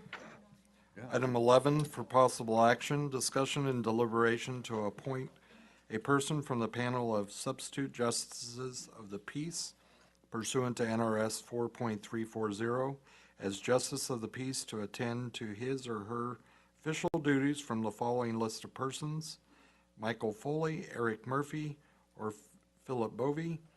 A temporary vacancy from absence, disability, or other cause must not be filled by another justice of the peace or a substitute justice of the peace for more than 30 days at one time. Thank you for that, Manager. And Commissioner Koenig. I'd like to make a motion to appoint Michael Foley for this position. Second for discussion. We have a motion and a second. Let's hear the discussion. I don't have any other than public. Public comment. I thought you had something good. I didn't have anything. Sam, do we have anybody on the phone? Yes, Chair, the caller is unmuted. Please speak and spell your name for the record. Yes, this is Tim Bohannon, Bohannon. My understanding is one of the reasons we had 3 different individuals up for the pro tem is to get a rotation so we get experience. We know that Mr. Foley has got over 1,000, and it'd be nice to get some alternative blood in there, if you will. And I do agree with what Commissioner Cummings is suggesting. I do think that needs to be done. I appreciate it. Thank you. Thank you, Mr. Bohannon. Anybody else on the phone, Sam? No, Chair. All right, we're closing public comment. And we have a motion and a second. If there's nothing further, we'll call for the vote. Aye. Aye. Or aye. Boscovich, aye. That carries 5-0 for Michael Foley. Thank you. Let's move to number 12, please. Can I make Yes. Question. a late comment on that one? Yeah. I mean, if you discuss this with the clerks and everybody else, if you rotate the people, it creates havoc. You get used to one person, everything works like it should work, they're happy, everyone's happy. If you stick someone else in there in the middle of it, everything changes. So that's why I'm doing what I'm doing. Thank you. Thank you on that. All right, number 12, please. Item 12 for possible action, discussion and deliberation to adopt, amend and adopt or reject Nye County Resolution Number 2025-08, a resolution reaffirming support of Nye County's non-sanctuary status. Thank you for that. And this is my item, actually. I have a couple of comments, and then we'll turn it over to the public and the commissioners. Last meeting, there was a vote on the Fast Most program, and I have 2 questions that I would like answered in an email from Corinne and or DJ regarding if we ask for somebody's immigration status, and then if they are proven to be illegals, whether or not they're reported to ICE. And before I would ever support this, I would need to make sure that those answers are provided. And that's partially why this item is coming back, so there's no doubt where we stand on it. By this, you mean the FAST program? That Fast Most from the last one. Right. But that's partially why this Why item this is coming here? forward I think you have the today. sheriff here. He might be able to answer. Well, he was very clear earlier, too. He was clear. So let's hear from the public, if you guys don't mind, first. Pam, do we have anybody? No, Chair. Thank you. In Pahrump. Karen Waldman, W-A-L-D-M-A-N. I'm requesting this to be made part of the public record. So I know some of this has been clarified, but I have a question for the sheriff to sort of fine tune it. If we are declaring ourselves to be a non-sanctuary county, does that mean that every person arrested will be checked for citizenship status on the computers in the cars or when they are processed? If individuals being detained are discovered to be illegal aliens, what is the process? Is ICE contacted immediately? Do you have to hold them until ICE picks them up, even if the initial stop wasn't something that warranted being held in jail? How much are you planning on cooperating with ICE? Thank you. Thank you for that. Anybody on the phone, Sam? Yes, Chair, the caller is unmuted. Please speak and spell your name for the record. Hi, this is Tim Bohannon, Bohannon. And adding to the comment a little bit, if there's someone who is from Israel, has a green card, has a driver's license, are they going to be impacted as well? So I want to make sure that we have clarity in what we're doing here. Thank you. Thank you, Tim. Anybody else, Sam? Yes, Chair, the caller is unmuted. Please speak and spell your name for the record. Yes, hi. Hello, Laura Larson, Larsen. The reason why I wanted to make it aware for everybody is that they just found out that Nevada commercial driver's licenses were giving out to illegals. Just want to make that aware. So when you're looking at just a driver's license, you need to have all the documentation so you guys can verify it. So just wanted to throw that out there so everyone is aware. Okay? Thank you so much. Thanks, Laura. Sam, do you have anybody else for us? Yes, Chair, the caller is unmuted. Please speak and spell your name for the record. Hello, Commissioners. Michael David Garcia, Garcia. And I just wanted to point out that one other factor, since we're going in self-insured, is every one of those ICE detainees has a civil rights lawyer as well. They actually have better access to legal representation than we do, and I tell you that firsthand. So one thing to consider is these lawsuits that are going to be coming, via pipeline when you violate illegal aliens' rights, which seems to be a little bit easier to access than, us the people. But it's kind of weird just because, you're dealing with contract law and you're trying to support the Constitution, and the two really don't go hand in hand. So, we definitely need to have some clarity there. So that's why a constitutional sheriff is so important. But anyhow, good luck with y'all's decision, and talk to y'all soon. Thank you, sir. Anybody else, Sam? Yes, Chair, the caller is unmuted. Please speak and spell your name for the record. Beth Borsevich, Borysewich. I'm going off of what Mr. Garcia said. I just want to let you know the Constitution says if somebody comes in here illegal, they should be deported or they should be arrested. So that I needed to make clear. On top of that, if we're going to ask somebody for their driver's license to establish whether or not they're here legally, and if they were given a commercial driver's license, then what other paper is it that they're going to have to show? That should be outlined so that, just in case somebody's working as a security guard or something and they have to, hold something. DOT license So anyway, is only valid if it has a DOT physical form attached to it. You have to show both. that's all I have. Thanks. Thanks, Beth. Sam, do you have anybody else?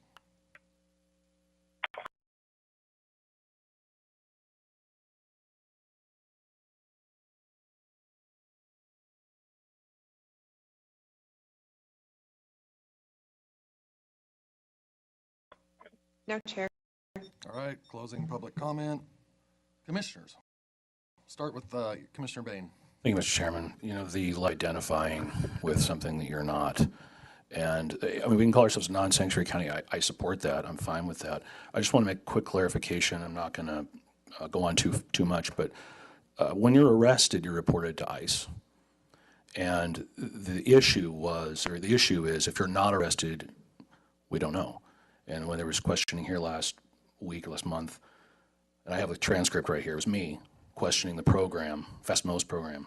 Under your pre-arrest diversion, would you report them to ICE? Sir, would you report them to ICE? And the answer was, I would have to talk to my supervisor to see what the appropriate course of action would be in that scenario, as that has not yet occurred. So this program's been going on for a few years. It has not yet occurred that they're reporting to ICE. So we've had two things going in the last couple of years. One, we've been a non-sanctuary county, and two, we have not reported to ICE through this program. The sheriff has nothing to do with this program.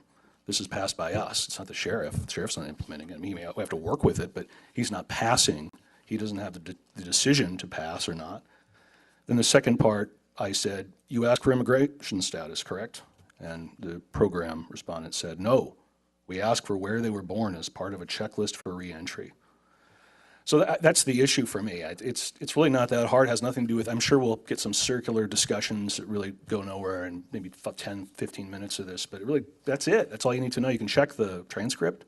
You can check the meeting minutes whenever they come out if they're in there. You can go watch the video on the county website. And that's really it. Under your pre-arrest diversion, what that means is it doesn't get to the sheriff. You're diverting away from arrest.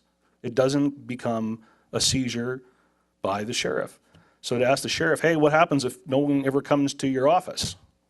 What could he possibly say? Oh, well, I'll tell you exactly what's going to happen if no one ever gets into custody of my police officers.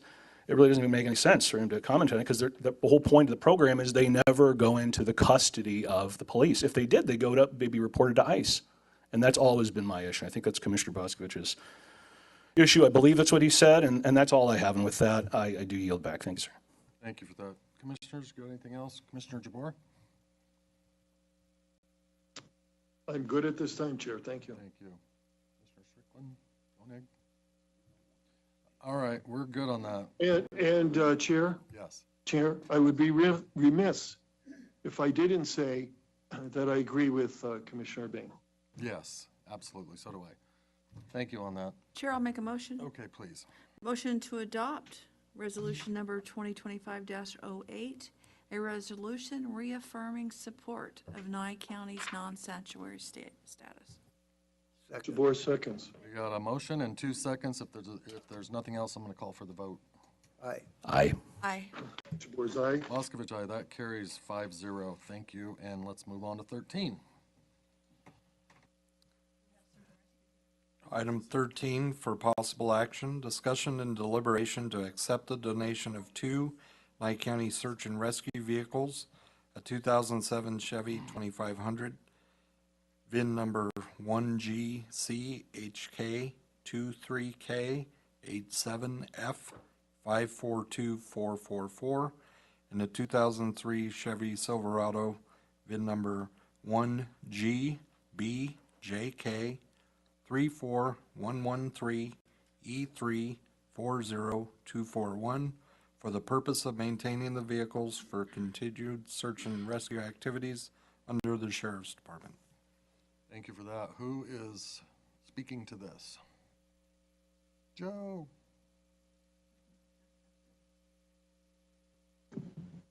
Thank you, Chair. Sheriff McGill. Just this is an item that was brought forward. It was requested by the Southern Nye County Search and Rescue Organization, which is under our umbrella. However, they are a 501c3 organization. They have been maintaining the registration and insurance on these vehicles, which, as you're aware, can be somewhat costly. And again, they're a nonprofit, so they're bound by what they're able to get in donation. And they approached me and asked if the county would be willing to accept financial and ownership responsibility for these 2 vehicles, meaning that the county was going to be taking over the registration and insurance. And so I checked into that. This is going to be a small expense. I don't have the backup with me, but I remember seeing that it was a minor expense. And according to the information I received, was that Fleet was in favor of this. Thank you for that, Sheriff. They're a great program. I've been to several of their meetings and events. I know Commissioner Bain went with me to one of them. So, yeah, it's a great thing. Shall we open it up for public? Let's hear from the public. Sam? There's no comment on the phone, Chair. Let's close public. Commissioners? Motion to accept the donation as written in the agenda item. Second. Jabor seconds. Motion and 2 seconds. All those in favor? Aye. Aye. Jabor's aye. Boccovic, aye. That carries 5-0. Thank you and congrats.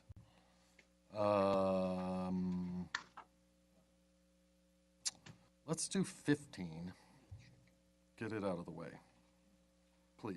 Item 15, report regarding Facilities Director William Allen and Comptroller Helen Bay determining that on January 6, 2025, an emergency existed affecting public health, safety, and welfare, and therefore contracted emergency repair of the assessor's office for $16,781.29 without competitive solicitation pursuant to NRS 332112 2.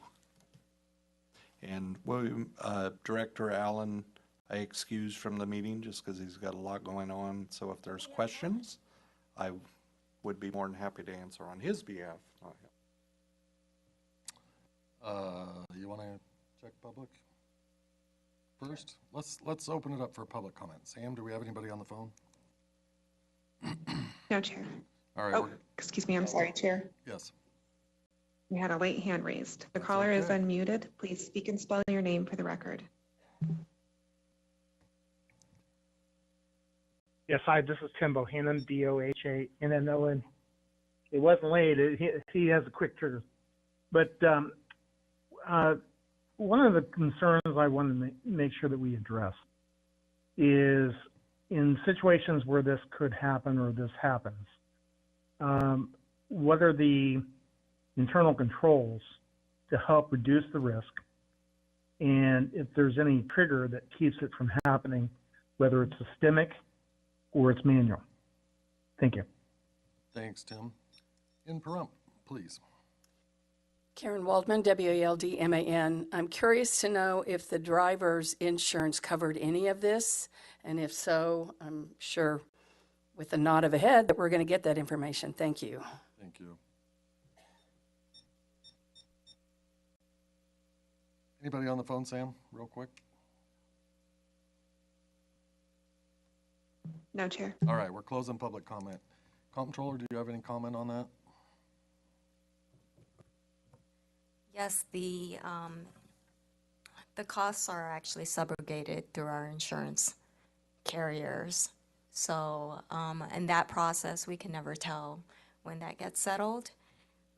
And in the meanwhile, all costs are accumulated and stored in a risk management fund 10607, as it states here on the agenda item.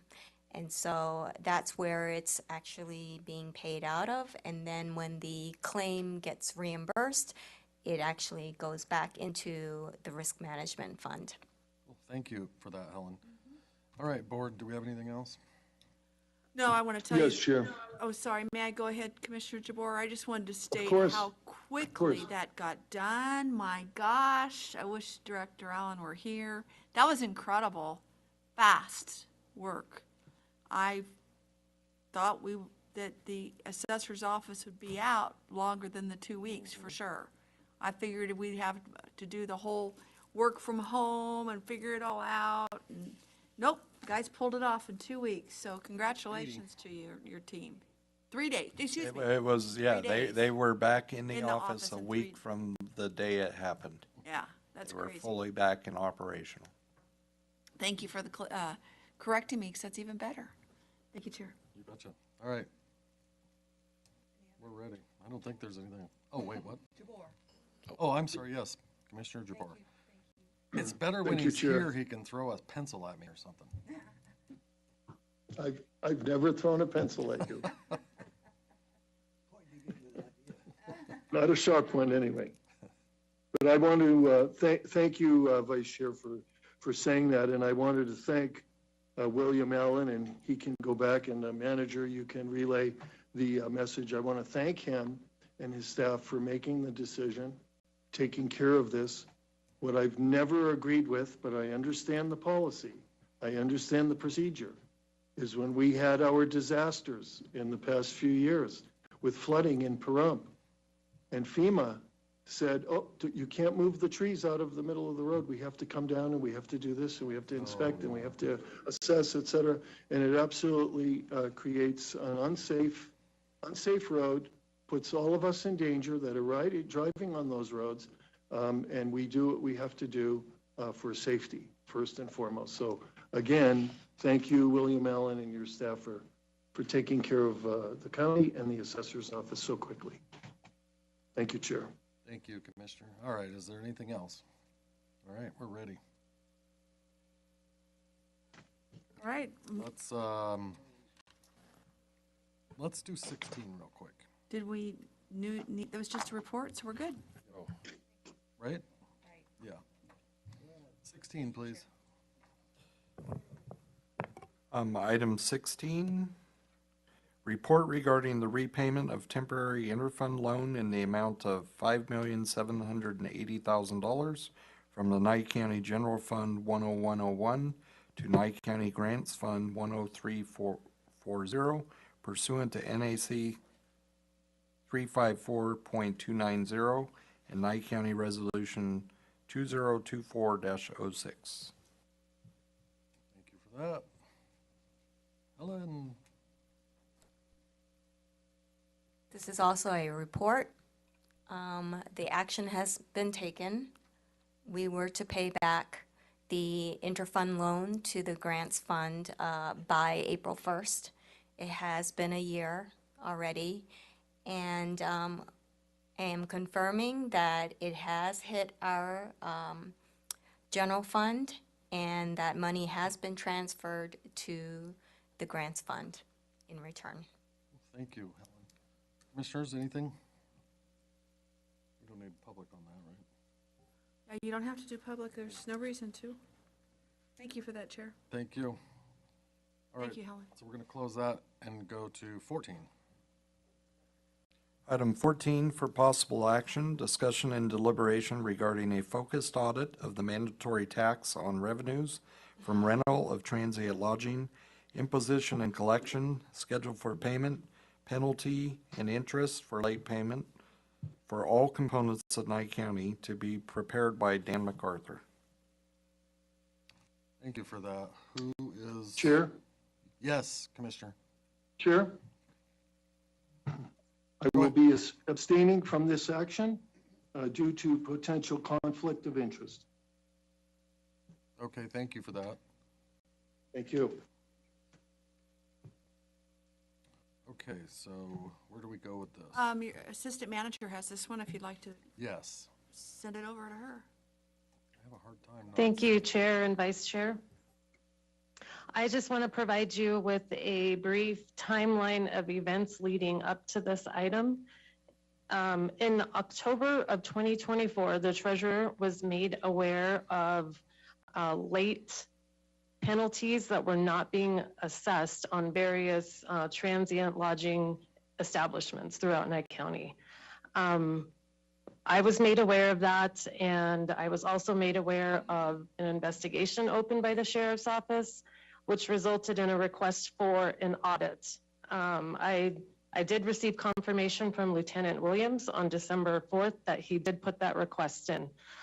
I immediately contacted our auditor, Dan MacArthur, because we were conducting our own Nye County audit for fiscal year ending 2024, which took priority. We were already late submitting a response for our audit, which required a request for extension. And we were well on our way to a second extension, which we were notified that we would not receive another one. So we asked the auditor if he could please focus on Nye County audits.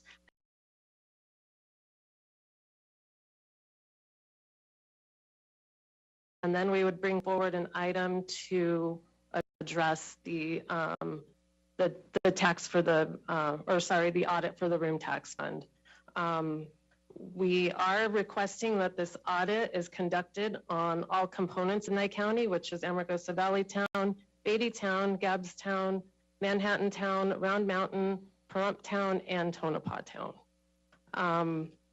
I will say that this has a not to exceed amount, which the original amount I do need to make a correction to. Instead of 39,800, it's 29,800. Yay! Yes.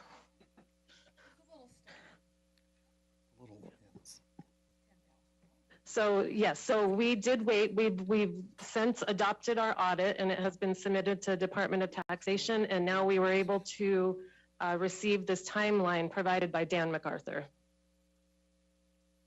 Do you have any questions on the proposal? I'd be happy to answer any.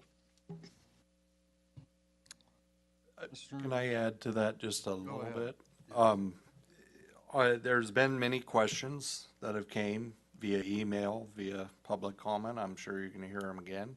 Of does this audit have to do with that letter? It only does in the respect that it is included. This audit wasn't prompted by that letter. This audit was already in the works and planned prior to the letter being received by the town of Tonopah, which didn't get received till after I was actually appointed. So that is why we didn't want to include it as the backup, because that is not the reason for this audit. It is a audit that needs to be done on this whole entire system.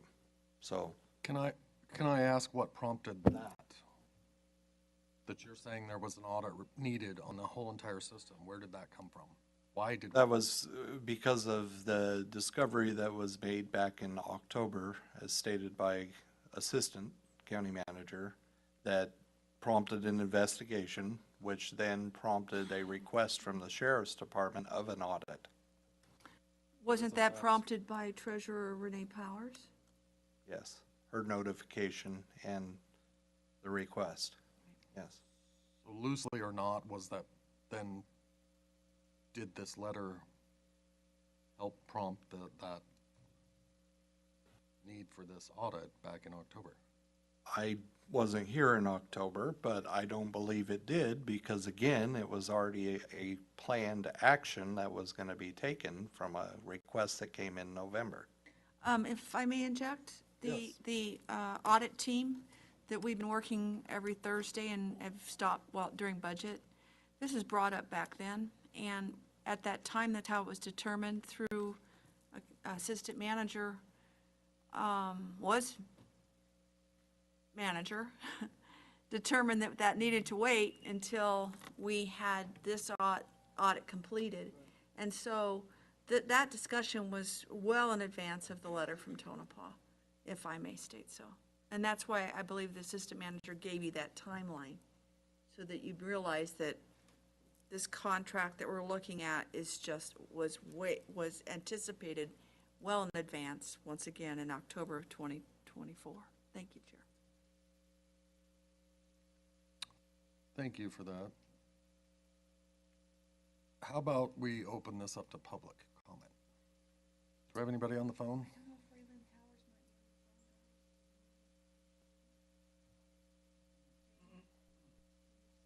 Yes, Chair, we do have comment on the phone. The caller is unmuted. Please speak and spell your name for the record. Hi, this is Tim Bohannon, Bohannon. I know we haven't had a chance to hear from the auditor, but I'm looking forward to those comments. I did go through the pages late this morning as these were added to the website. And wanted to note that, from an audit standpoint, many of you in the chambers have heard me talk about an internal audit function and making sure that we have a good line of sight operationally, performance, even in readiness for the financial audits prior to the financial audit. It also helps streamline the efficiencies of what's happening in departments. This is one of those cases. This is a financial matter that a good look at is important. And it's not the only area that would need that. And it's not the only thing that we can benefit from. So, more of this type of activity is a good thing, not just in this, but in other things as well, to make sure that the public is assured that, hey, we're running a tight ship. Things are performing as they're supposed to be performing. We had a fairly clean audit, and I'm very happy about that. Those things are good, but also being strong operationally, so where it improves our financial performance because we're more efficient and more effective is also a good thing. Thank you. Thank you for that, Imperum, please. Marianne Hollis, Hollis. For the benefit of those who might be listening, there is now posted on the agenda website 5 pages of backup that was not there before. And most of us here were aware of it, just before the meeting started. So there's a lot of information on those 5 pages that if you didn't click on it just before the meeting started, which you probably didn't. I wouldn't have if I was home. But it's full of information. And having said that, I believe this is short money to provide this audit because perhaps some of the processes in dealing with these financial issues need tightening up, need greater oversight, and positive things can come out of an audit. And this isn't just a financial, I have an issue with Mr. Bohannon that this is just a financial issue. No, it's not. It's a financial and a personnel issue. So the audit serves many purposes, and at the end of the day, as I've said before, I believe in the teachable moment. Perhaps something will be raised that oversight and checks and balances can be tightened up so this doesn't happen again. This shouldn't have happened over 4 years. There's just no excuse for that. So I'm totally in support of this audit and all that it can bring about to change in the way things are done here. Thank you. Thank you for that. In Pahrump, please. Karen Waldman, WALDMAN. Before I start, I just wanted to say that we didn't have that backup previously, so some of these points that I'm going to make were not before I saw that in some of the comments, so I'm going to make them anyway. All right. I'm requesting this to be made part of the public record. I was told that on January 8, 2025, the letter from the Tonopah Town Manager that I submitted earlier is not the impetus for this audit, but I still don't understand why it wasn't included in the backup. Why wouldn't this be included if the letter is about a concern with someone making decisions to waive room tax late fees and penalties, and this agenda item is about considering an audit of room taxes? What is the driving force for you to request this audit? Why room tax dollars and not other departments such as the road department or HHS? Why was there no backup for this agenda item? Shouldn't the public know what the cost of this audit will be before it's discussed? Will this audit include all of the correspondence and tax statements generated by the Treasurer's Office, either by the Treasurer or any other employee? Is there a paper trail that indicates the date an establishment tax was due, that matches the date it was received, that matches the deposit for that date? And if it was received after that date, is there a statement that shows what part of the taxes submitted were base taxes and what part were any fees or penalties? Is there a separate category for late fees and penalties to track these? Will these all be made available to the public without redactions? If the audit isn't going to provide actual detailed information that creates a complete roadmap for what the tax collection entailed, you're wasting our money. Thank you. Oh, then never mind. I'm sorry. That was Marianne. Okay. Ms. Hollis's time you had. Keep going. I'm sorry. I'm batting Go. 100 up here. That's okay. I'm talking fast.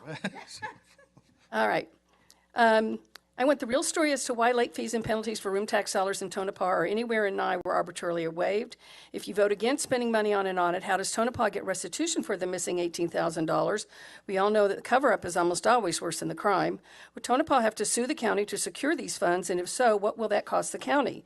Does the DA represent Tonopah the same time he's representing perhaps county officials who may be involved in this?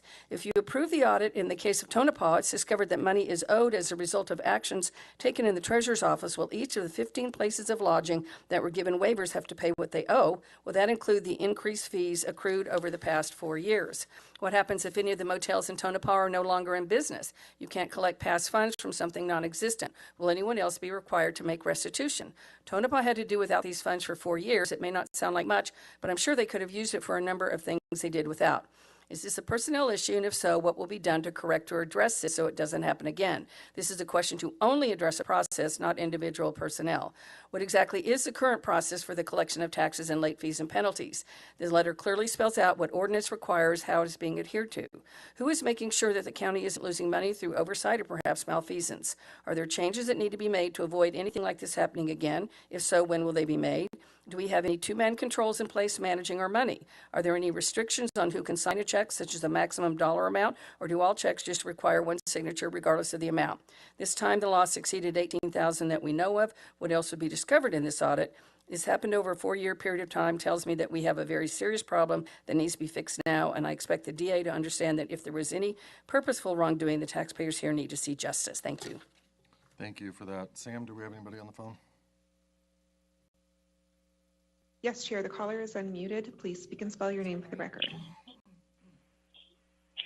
Hello, Commissioners. Michael David Garcia, Garcia. I do know a little bit about audits as well. Usually I've been working the last 30 years with DMV in multiple states. But basically what you're looking at, the speed bump that everybody's missing here is the discretionary part. And I can 100 tell you that usually when I've seen fraud on the back end, you got to realize it comes in on the intake as well. So my question to y'all would be is where is the address when it comes to excessive taxes? Because I can assure you, if you're getting shortchanged up front, there's back end money being made also. And usually the middle where you got to concentrate is when you execute self-certification, and that's in the discretionary part. So that's usually the common theme of when trustees or board members, I found out throughout the country, miss it. The water on the floor plan is just basically they're going off of the data. Same thing with when we had Judge Jasperson. You know what I mean? Those round numbers hit right at 100,000, and you start realizing the discretionary part on how we round it. That's what you're looking for. But anyhow, y'all have a good one. Thank you for that. Sam, do we have anybody else? Yes, Chair, the caller is unmuted. Please speak and spell your name for the record. Beth Borisevich, Borsewich. I was just reading through this information that was evidently just uploaded today. And I have a couple of questions. This Daniel MacArthur wrote up this letter saying they understand the terms of the engagement. And then it says they will apply the procedures described in the attachment. I'm assuming that the piece of paper that says procedures is the attachment, and they didn't write attachment 1. And it doesn't break down what the procedures are that he's going to even do. How do we know that they're actually going to look at taxes received? Are they looking at room rentals or anything, or even, I think it's RVs as well. Are they looking at all of those that have come in? How are they going to do this audit? Because I'm not sure they're actually going to go in there and sit down and count the number of rooms that were rented or RV spaces that were rented out. So I'm a little concerned about this. I want to see some really heavy, in-depth numbers from actual documents. Thanks a lot. Thank you. Sam, do you have anyone else? Yes, Chair, the caller is unmuted. Please speak and spell your name for the record. Hi, Commissioners. It's Erica Gerling, Gerling, and I want to add to the conversation and say that a few years ago, Beatty submitted revisions to our transient lodging tax ordinance. The community insisted, they showed up, they participated in the process, and we've been waiting for an answer to our revised ordinance. But there is a solution to this. Changing the language from received by to postmarked by will clear up a lot of confusion, because received by can be very subjective. So that change would give everyone a concrete date, and remove subjective decisions. So that is my comment, and I thank you for your time.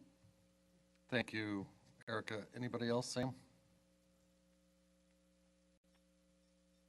No, Chair. All right, we're going to close public comment. Commissioners, you got anything? I just had that one thing that Erica Gerling brought up. If I could direct Assistant Manager to work on that revision, please. It should be postmark date instead of received by date within that particular policy, and that could clear up. It's the same thing when you pay any. Anyway, that's what I'd like to see, Commissioners. Okay. Commissioners, anything else? No. It could, potentially. I'd like to make a motion to approve the focused audit of the revenues from rentals of transient lodging by Dan MacArthur and a not-to-exceed amount of $29,800. I'll second it. Got a motion and a second on the floor. If there's no further discussion, let's hear the vote. Aye. Aye. Aye. Bocc, aye. That carries 4-0. For one. I'm sorry, 4-1. Sorry. Thank you, Chair. Let's go to 19, please. May I correct that? A 4-1 would be 4 and a 1 no vote. It needs to be 4 with 1 abstention. Okay, I'm sorry. 4 with 1 abstention. Thank you. 19, please. Item 19, general public comment, up to 3-minute time limit per person. Public comment will be for all matters off the agenda. Action will not be taken on the matters considered during this period until specifically included on an agenda as an action item. In front, please. Hello. Hi, it's me. Karen Waldman, WALDMAN. I want to give a shout out to all of the county staff I've had the pleasure of dealing with each and every time, from emails to in person. Serena, Casara, Janie, you guys smile all the time. You're always helpful, and it's so much appreciated. It really is a shining example of the county. So I'd like to thank you. And I just did want to point out that the agenda item discussing the non-sanctuary resolution didn't even mention the FASMOS, but that's what most of your conversation was about. It was just to affirm the status of us being that. So my questions were pertinent to that, and they weren't even addressed, and I'd certainly like them answered at some point. Thank you. Thank you, Karen. In front, please. I think we should just have a chain attached or something, or our own pathway here. Anyway, Mary Ann Hollis, Hollis. I'm going to really change up the conversation here. In October of 2023, the county was awarded a $50,000 grant from T-Mobile for a splash pad. And as much as I oppose the location of the splash pad, I think it's been a disservice to all who worked hard to have this happen, and to the moms who raised $5,000 for a shade cover to have only gone out to bid one time. Those were denied, and it's never been raised again. It'll be 2 summers now that nothing's going to happen. And I just also wonder if that $50,000 was returned to T-Mobile, because this project doesn't look like it's ever going to happen. Maybe some other project can use that money. Thank you. Thank you. Anybody on the phone, Sam?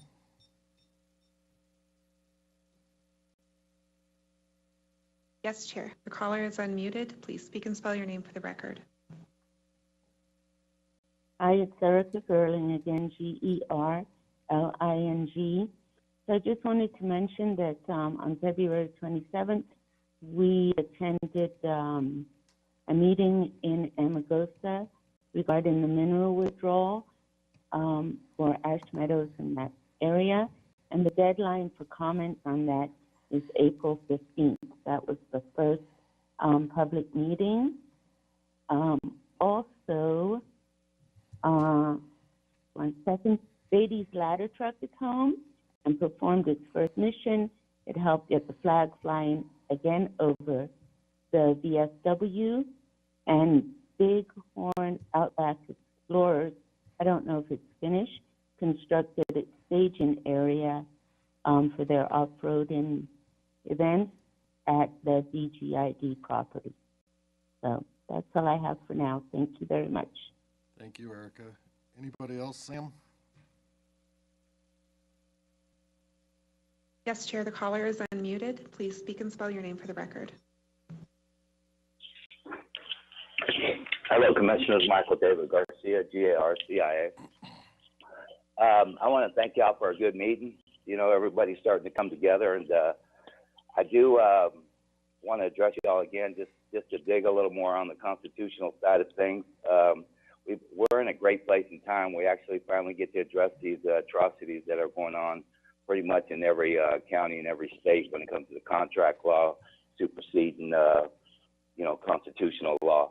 So anyways, hopefully we can come together and realize that. And kudos to Commissioner Strickland for calling that out on those pumpkin days. And I can tell you as a parent, last thing you want to do is bring your children into a bed of snakes. And we do have a lot of registered offenders, and we got to, recognize what we're protecting. And I think the true identity of any county or city really depends on how you're taking care of your youth as well as the seniors, and that includes the homeless.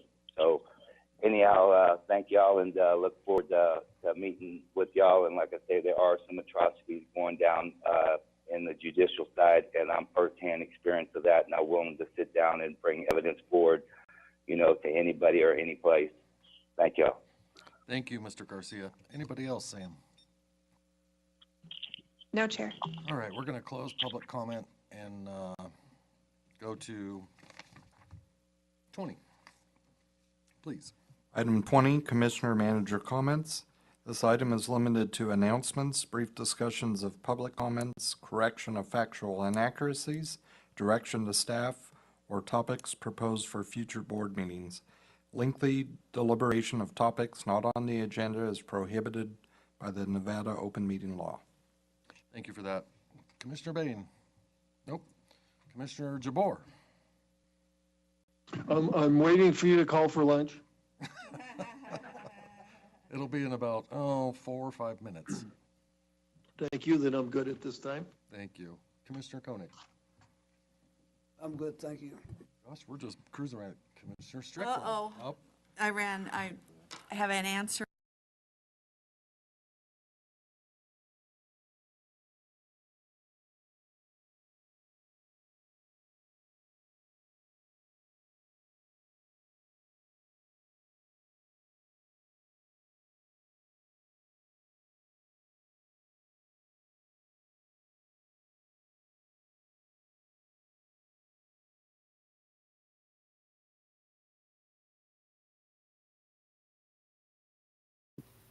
So thank you to everybody who hung out, stayed, watched, especially on X. There was 21 of you on X today and 1 of you on YouTube. So thank you, thank you, thank you.